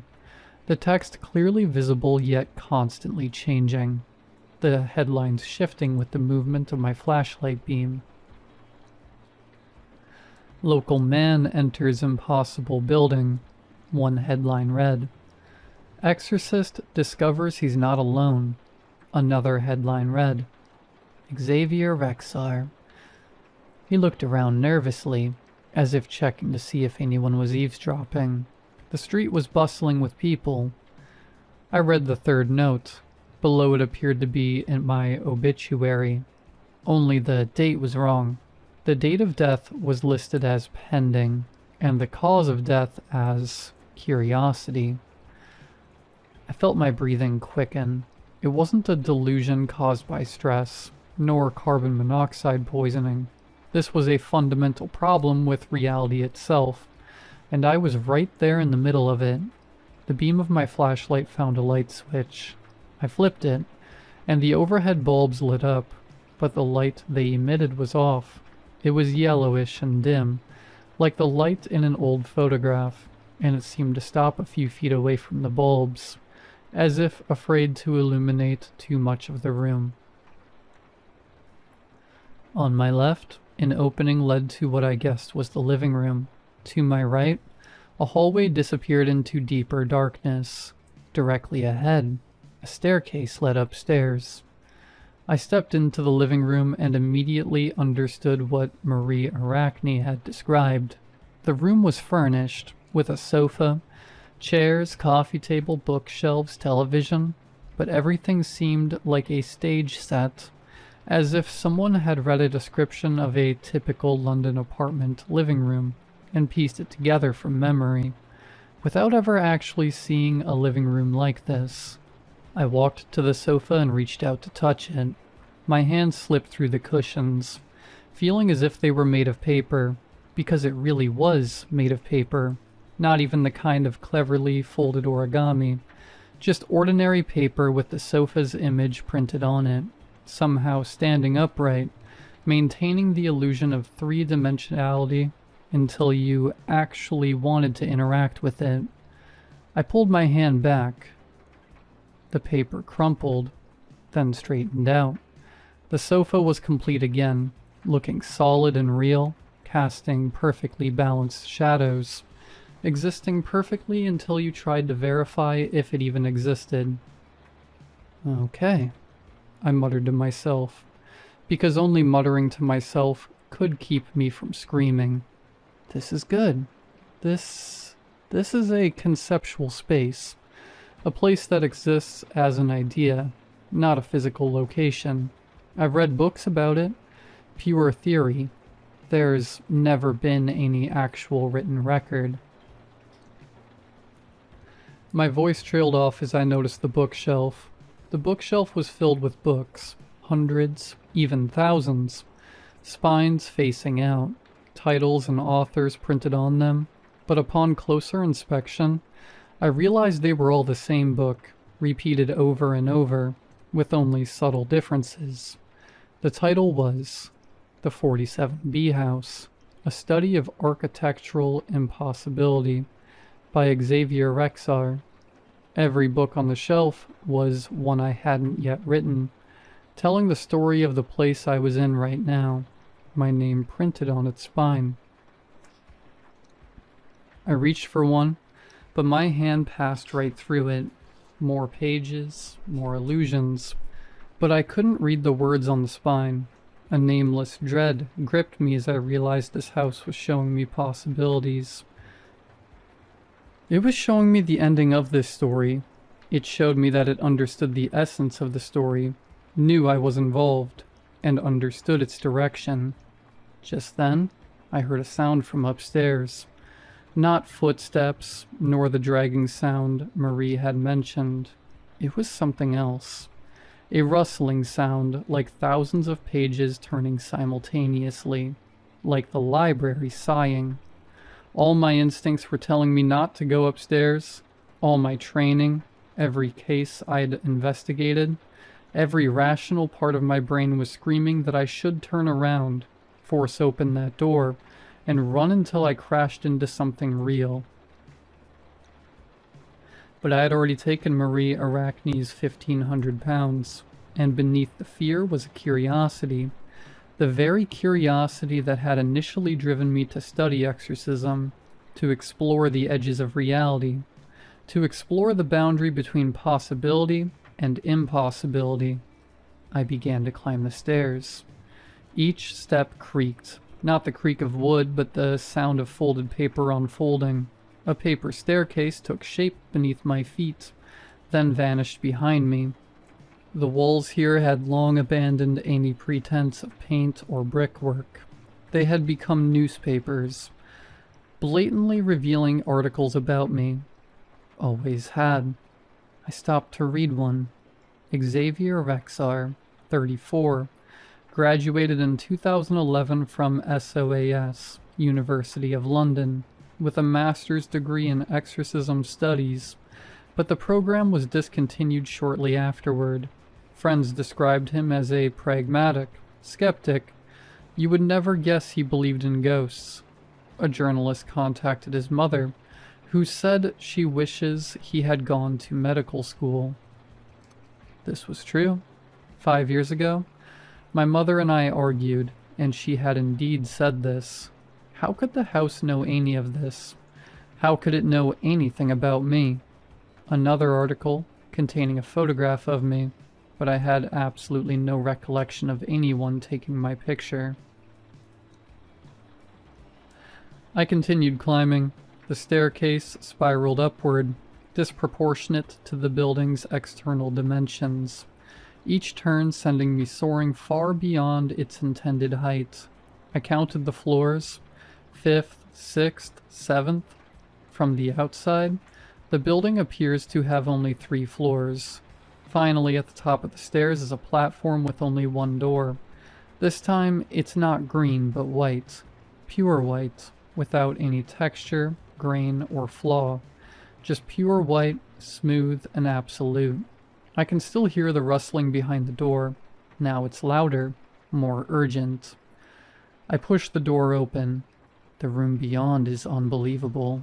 It stretches in all directions, far beyond my sight, far beyond the building's capacity, and far beyond the limits of physics.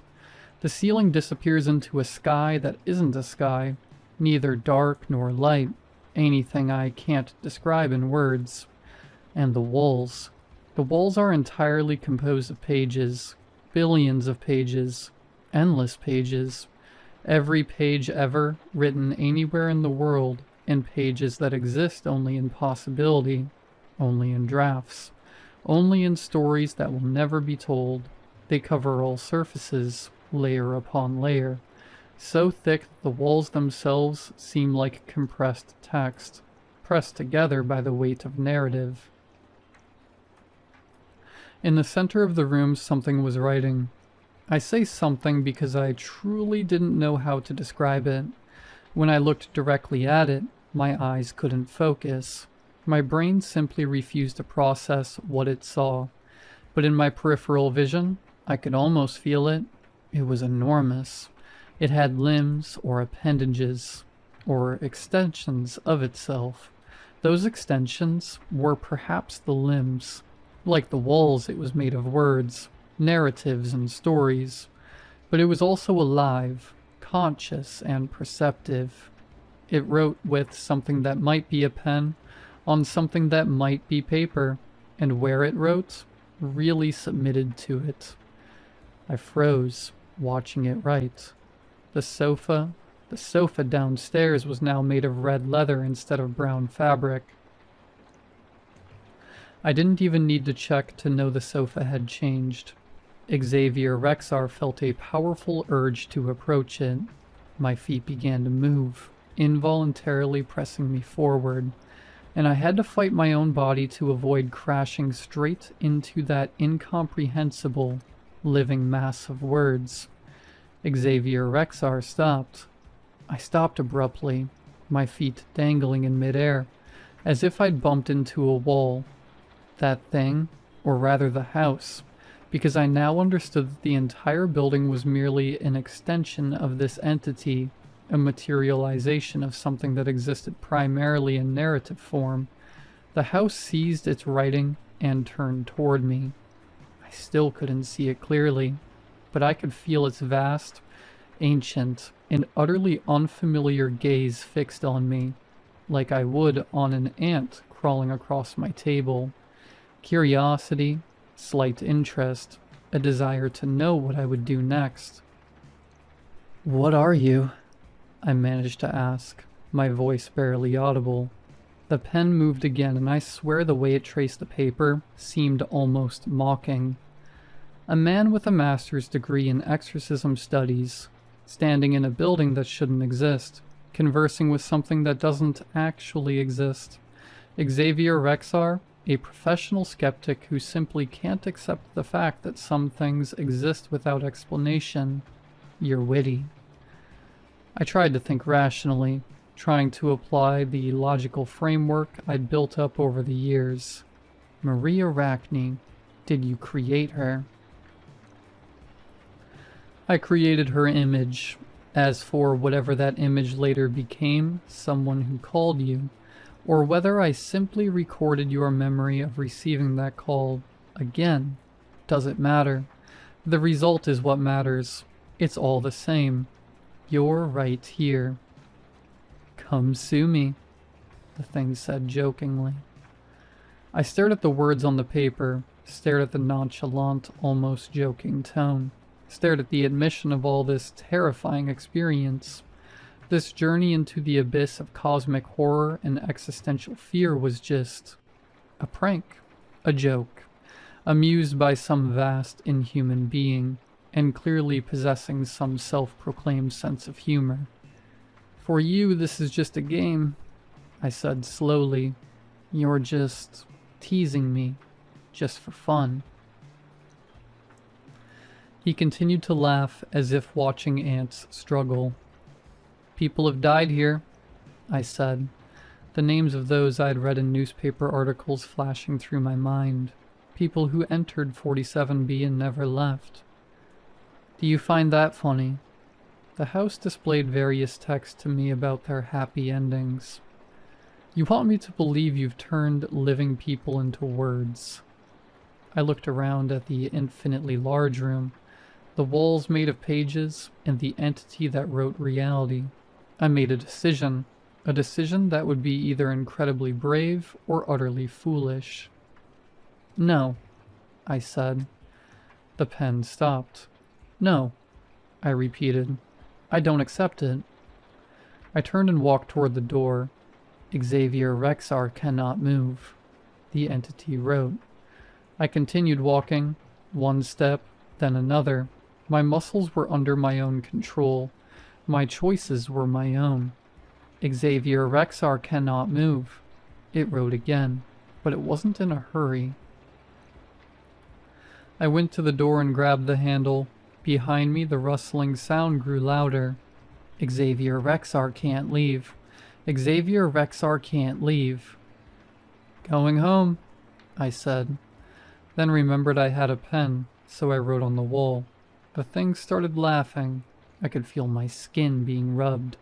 A warm sensation, and I heard something like a baby's laughter. The staircase behind the door changed. Shorter, steeper, and descending at an almost impossible angle. But it was downward, and that was enough. I ran, taking 2 steps at a time, and behind me, the house seemed to be laughing. The living room flashed by in blurry images of paper furniture and newspaper-covered walls. The foyer appeared before me. The front door was right there, green, peeling, and almost impossible to open. But I grabbed the handle and pulled hard, and this time, it opened. I stumbled into the yard, landing heavily on the sidewalk, scraping my palms. I struggled to my feet and ran down the alley. Without looking back, I dashed into Bessemer Street. Breathless and terrified, I reached the street. The afternoon shoppers looked at me with concern but kept their distance. I must have looked like a madman. Honestly, for a moment I felt like a madman who'd gone crazy. I pulled out my phone. Of course, it was dead. I checked my watch. It was still Wednesday, the afternoon of the same day I'd gone in. I'd only been there for an hour. I turned back to look at the alley. The alley was gone. Between the barbecue restaurant and the building next door was only a solid brick wall. No gaps, no yard, no door. On the wall scrawled in chalk, or something that looked like chalk but could be something else. Something between words and reality. Same time next week, 47B. Below was a smaller line. P.S. Hey, if you don't come, I have other options. I reached into my coat pocket and pulled out an envelope. Inside was £3,000 in cash, the full amount. There was also a handwritten note, the handwriting seemingly changing as I read. Service fee paid in full. The entertainment you provided was excellent. See you later. I went straight home. No stopping at the subway station, no stopping for a beer, no time to process what had just happened. I walked 3 miles back to my apartment, clutching the envelope full of cash tightly, like a talisman. Once home, I locked the door, checked every room to make sure it was real, knocked on the walls and sat on the furniture to confirm it was all tangible, ordinary, mundane entities, then sat at my desk, staring at my laptop for 3 hours without turning it on. I was thinking about quitting my job and going to medical school, but that thing would surely find me.